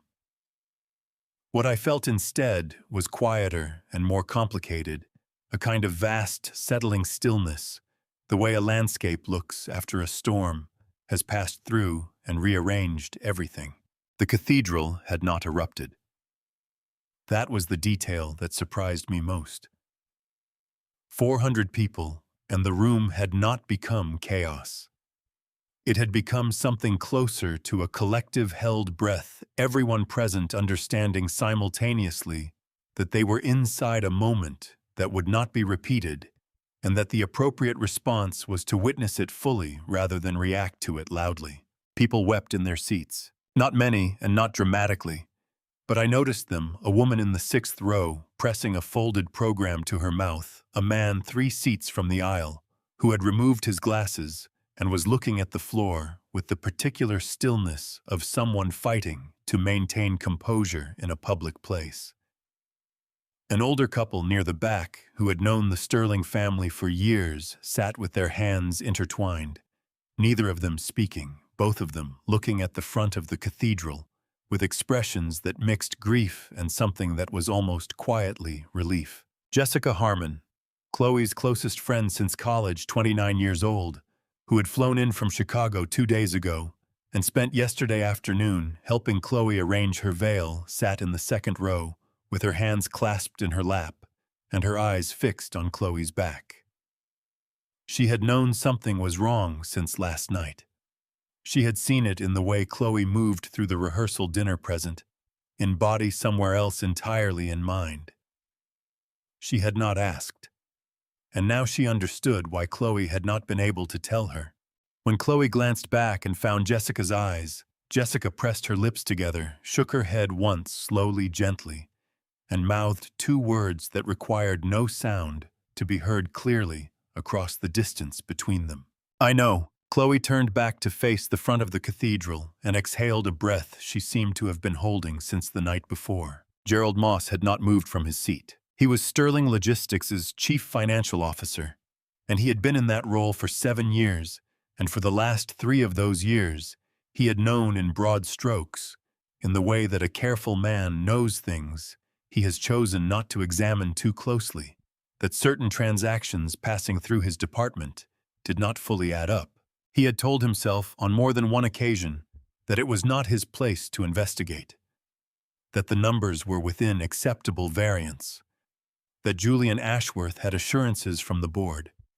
He had told himself these things with the practiced fluency of someone who has learned to make uncomfortable truths comfortable through repetition. The document in his lap had made that fluency unavailable to him. He was reading page 7 when Diana Thorne's second agent came quietly to the end of his row and said in a tone low enough not to disturb the wider room that his presence would be requested for a brief conversation once the immediate proceedings were complete. Not a demand, not an accusation.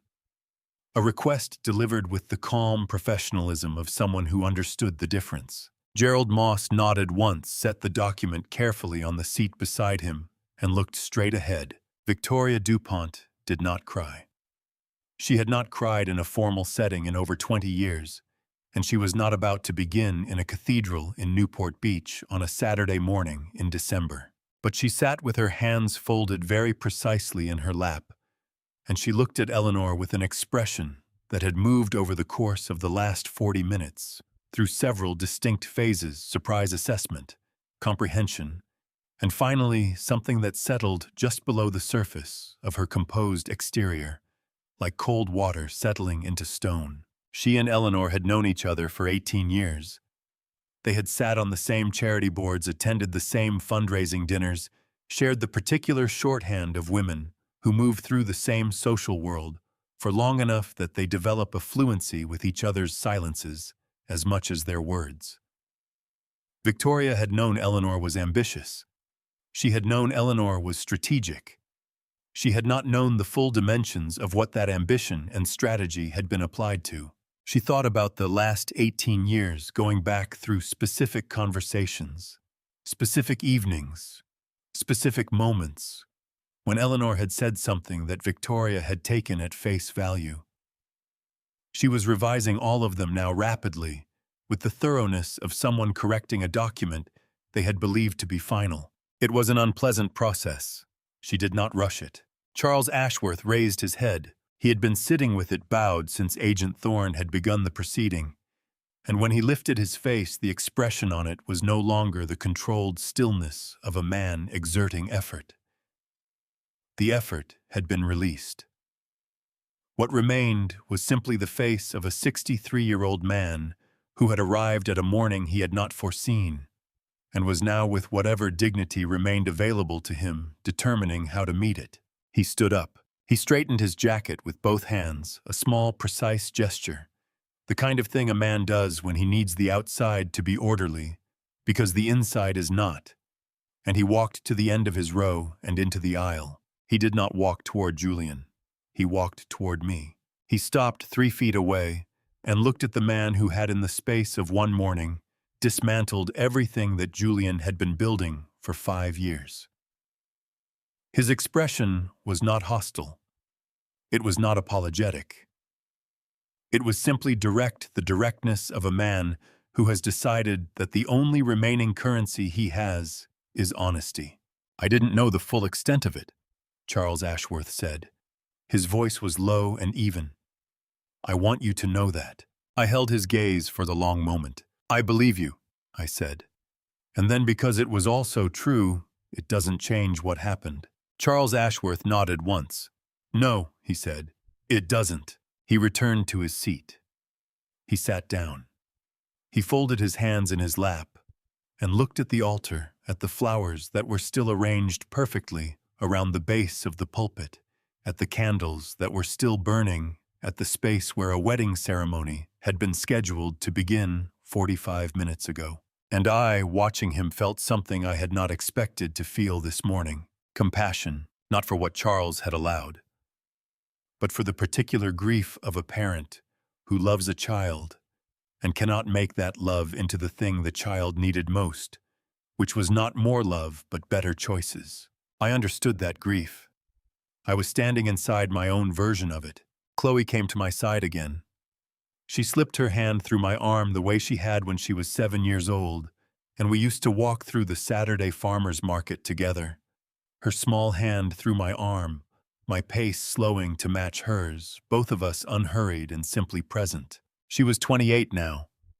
Her hand was not small, but the gesture was the same, and it carried the same meaning it had always carried. I am here. We are here. Together. Dad, she said quietly. Yeah, I said. Let's go home. I looked at her. Really looked at her the way you look at someone when you want to remember the exact quality of a specific moment, and nodded. Yeah, I said again. Let's go home. I had not planned to go back to the pulpit. That was the honest truth of it. The plan, as Marcus and I had designed it in the quiet hours between midnight and 4 in the morning, had ended with the proceeding. With the warrants, the documents, the legal steps completed in their correct sequence. There had been no line in the plan that read, "Then say something meaningful to 400 people before you leave." Plans, in my experience, rarely included that kind of instruction. They dealt in logistics, in timelines, in the precise choreography of events. The part that came after the events, the part where you stood in the wreckage and figured out what it meant, that part you navigated without a blueprint. But Chloe had said, "Let's go home," and I had agreed, and we had taken 3 steps toward the side door of the cathedral when Reverend Thomas Abernathy had touched my arm gently, the way a man touches the arm of someone he's about to ask something of, and said very quietly, "If you have anything left to say, Mr. Sterling, I think they need to hear it." I had stopped. I had looked at the room, 400 people still in their seats, the morning light coming through the stained glass, at a lower angle now painting the stone floor in long rectangles of amber and blue. They had not left. They had stayed, and they were watching me with the particular attention of people who are waiting for something they cannot name but recognize they need. I handed Chloe my jacket. She took it without a word, and I walked back to the pulpit. I stood there for a moment without speaking. Not from nerves. I had not been nervous since approximately 2 in the morning, when the last contingency had been addressed, and the only remaining variable was human behavior, which was always unpredictable, but which I had learned over 54 years to meet with patience rather than anxiety. I stood there because I wanted to get this right. Not polished, not rehearsed, right.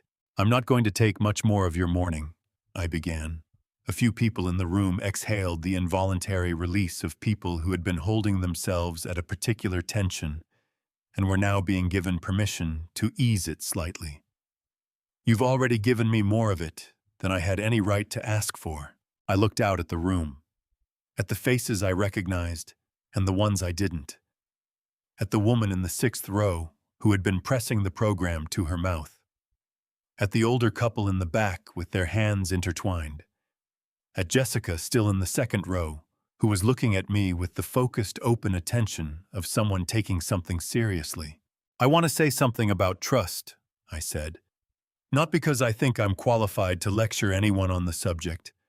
I'm clearly not given that I spent 5 years living inside a situation I didn't fully see." I paused. "But maybe that's exactly why I'm qualified. Because I've been on the wrong end of it, and I know what it costs." I took a breath. "Trust is the only currency that matters in the end," I said. "I've spent 30 years in business. I've negotiated contracts worth more money than most people will see in 10 lifetimes. I've sat across tables from people who were very good at making things look like what they weren't. And the one thing I have learned, the one thing I would tell anyone who asked me, is that the quality of your life is determined almost entirely by the quality of the people you choose to believe in." I let that settle. When you get that wrong, and most of us will at some point, it doesn't mean you were foolish. It means you were human. It means you extended something real to someone who wasn't ready to treat it carefully. That is not a character flaw. That is the cost of being a person who still believes that honesty is the baseline rather than the exception.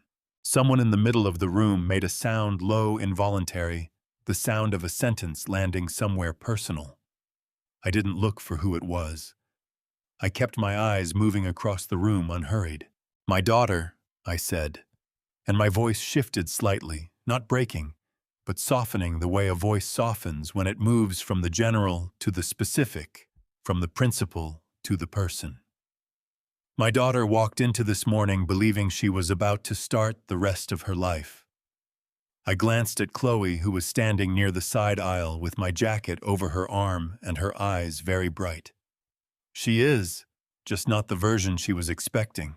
A ripple moved through the room. Something between laughter and tears, the involuntary response of people who recognize a truth they didn't anticipate finding at a wedding. "She's going to be fine," I said. "More than fine. Because she is made of something I cannot take credit for, something that came from inside her, built over 28 years of being exactly who she is. Honest, stubborn." A pause. Occasionally infuriating. The ripple again, warmer this time, and completely unwilling to accept a version of her life that isn't real. I looked at her directly. "I'm proud of you," I said. "I should say that more often, and I intend to." Chloe pressed her lips together. Her chin moved once. She held it steady. I turned back to the room. "I'm not going to tell you what to take from this morning," I said. "That's not my place. Every person in this room is going to walk out of here and process what they saw in their own way, on their own timeline, and arrive at their own conclusions. That's how it should be." I rested my hands on the pulpit's edge one final time. "But if you take nothing else, if there is one thing I can offer you after an hour of your Saturday morning that you did not sign up for, it's this." I paused. "Pay attention to what people do when they believe no one is watching. That's where the truth lives. Not in what they say at dinner tables or in boardrooms or at the altar. In the small moments, the unguarded ones, the ones that don't seem to matter." I straightened. "They matter most." I stepped back from the pulpit. "Thank you for staying," I said.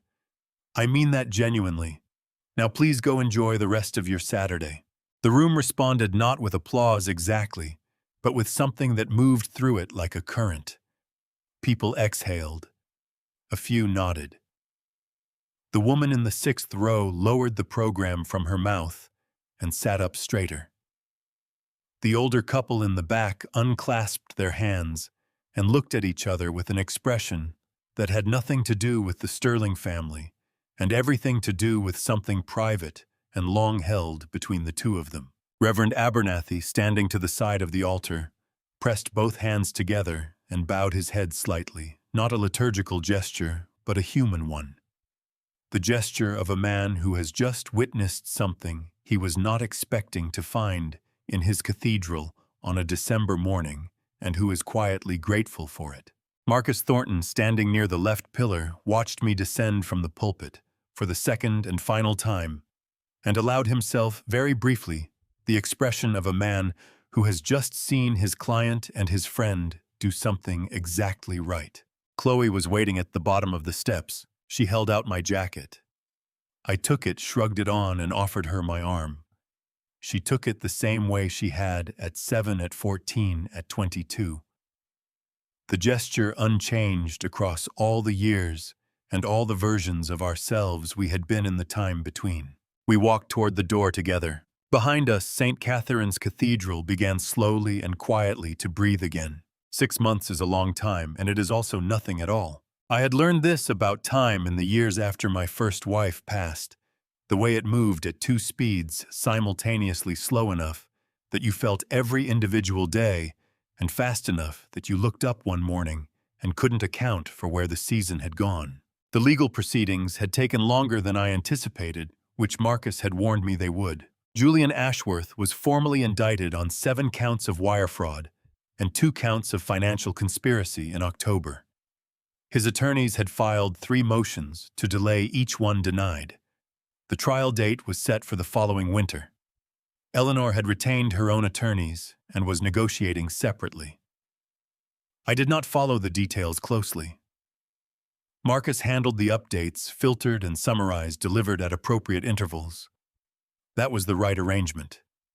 I had said everything I needed to say to Eleanor in St. Catherine's Cathedral, and I had nothing to add. Sterling Logistics had not lost a single major client. That was the outcome I had been least certain of, and the one that mattered most to the 412 people who came to work every morning inside the company I had built. Robert Vance's audit had paradoxically become the company's strongest asset in the months that followed, a demonstration visible and documented that the institution had the internal capacity to identify and correct its own failures. 3 clients had called me personally in January to say they were increasing their contracts. I had thanked them, meant it, and then gone back to work. Chloe had taken 2 weeks off after the wedding that wasn't. She had gone to Chicago with Jessica, who had not asked a single unnecessary question and had simply made space, good coffee in the mornings, long walks in the afternoon dinner, at the kind of quiet restaurants where the lighting is low and the portions are generous and nobody is in a hurry. When Chloe came back, she came back settled. Not healed. Healing is slower than 2 weeks, and anyone who tells you otherwise is selling something, but settled, oriented, ready. I had recused myself from the committee decision, insisting the evaluation be conducted entirely by her direct supervisors. The promotion to Senior Director of Operations had been unanimous. I had cried a little privately when Marcus told me. I was not embarrassed about this. Now I sat on the back porch of my Newport Beach house on the first morning of July, a cup of coffee in my hand. The Pacific stretched out below the bluff in every shade of blue it knew how to make. The bougainvillea along the fence was in full color, the particular vivid pink that looked almost artificial in the summer light, but was entirely stubbornly real. My phone buzzed on the table beside me, a text from Diana Thorne. Short, direct, the way she communicated everything. Case update call Monday. Also separate matter, professional, unrelated to the case. Worth a conversation if you're open to it. I read it twice, set the phone down, picked up my coffee. Outside the Pacific moved the way it always moved. Patient, indifferent to the particular dramas of the people who lived along its edge, present in a way that required nothing from you except that you notice it. I noticed it. I picked up my phone and typed back, Monday works. I'm open. Then I set it down again, leaned back in my chair, and let the morning be exactly what it was. The Monday call lasted 47 minutes. I had expected 20.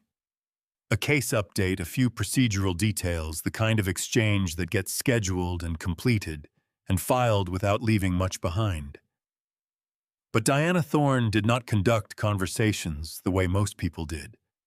She was precise without being terse, and she listened in the particular way of someone who lets pauses exist long enough to see what lies behind them. The case update took 11 minutes. The separate matter took the rest. I'm leaving the bureau, she said, at the 22-minute mark, in the same even tone she might use to confirm a filing deadline. End of August. 20 years is the right place to stop. What's next? I asked. She wanted to build a consultancy, small, focused on institutional trust architecture. Not investigating fraud after it happened, but identifying the conditions that made it possible before the first dollar moved. She had 2 former colleagues interested. She had a framework. She had one gap, someone who understood how a large company operated from the inside, at the level where decisions either held or didn't.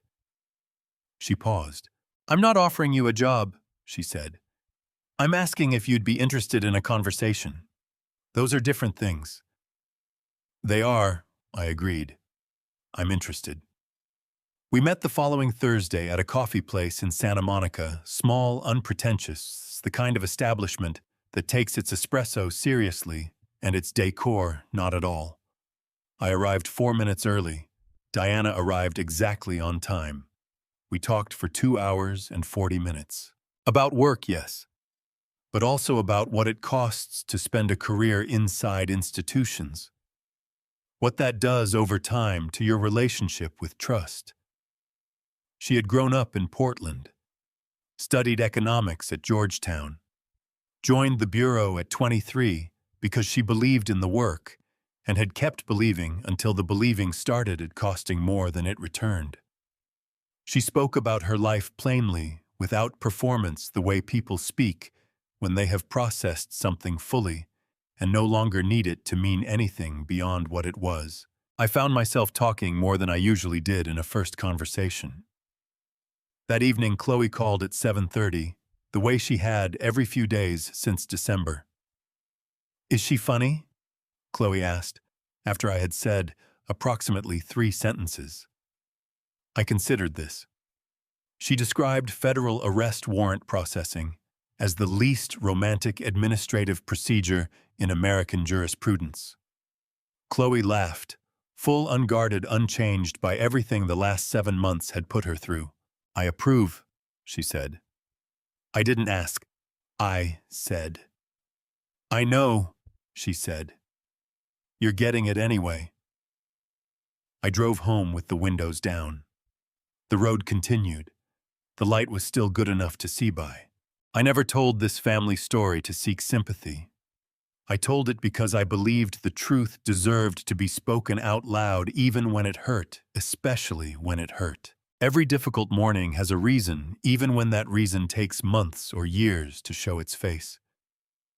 I walked into St. Catherine's Cathedral with evidence in my hands and grief in my chest, and I walked out with my daughter on my arm and my integrity intact. That is not luck. That is what happens when a person chooses truth over convenience, no matter the cost. These grandpa stories are not about perfect families. They are about real ones, flawed, complicated, and still capable of choosing better. This Grandpa Stories channel exists because every family story deserves to be heard, and because somewhere in each one there is a lesson worth keeping. If this Grandpa Stories touched something in you, share it with someone who needs it. Leave a comment. Subscribe so you never miss the next one. Thank you for staying until the very end. It means more than you know. Coming up next, a few of our stories contain fictional elements crafted purely for reflection and life lessons. If that is not for you today, no hard feelings, step away and find what serves you best. But if you are staying, we are glad you are here.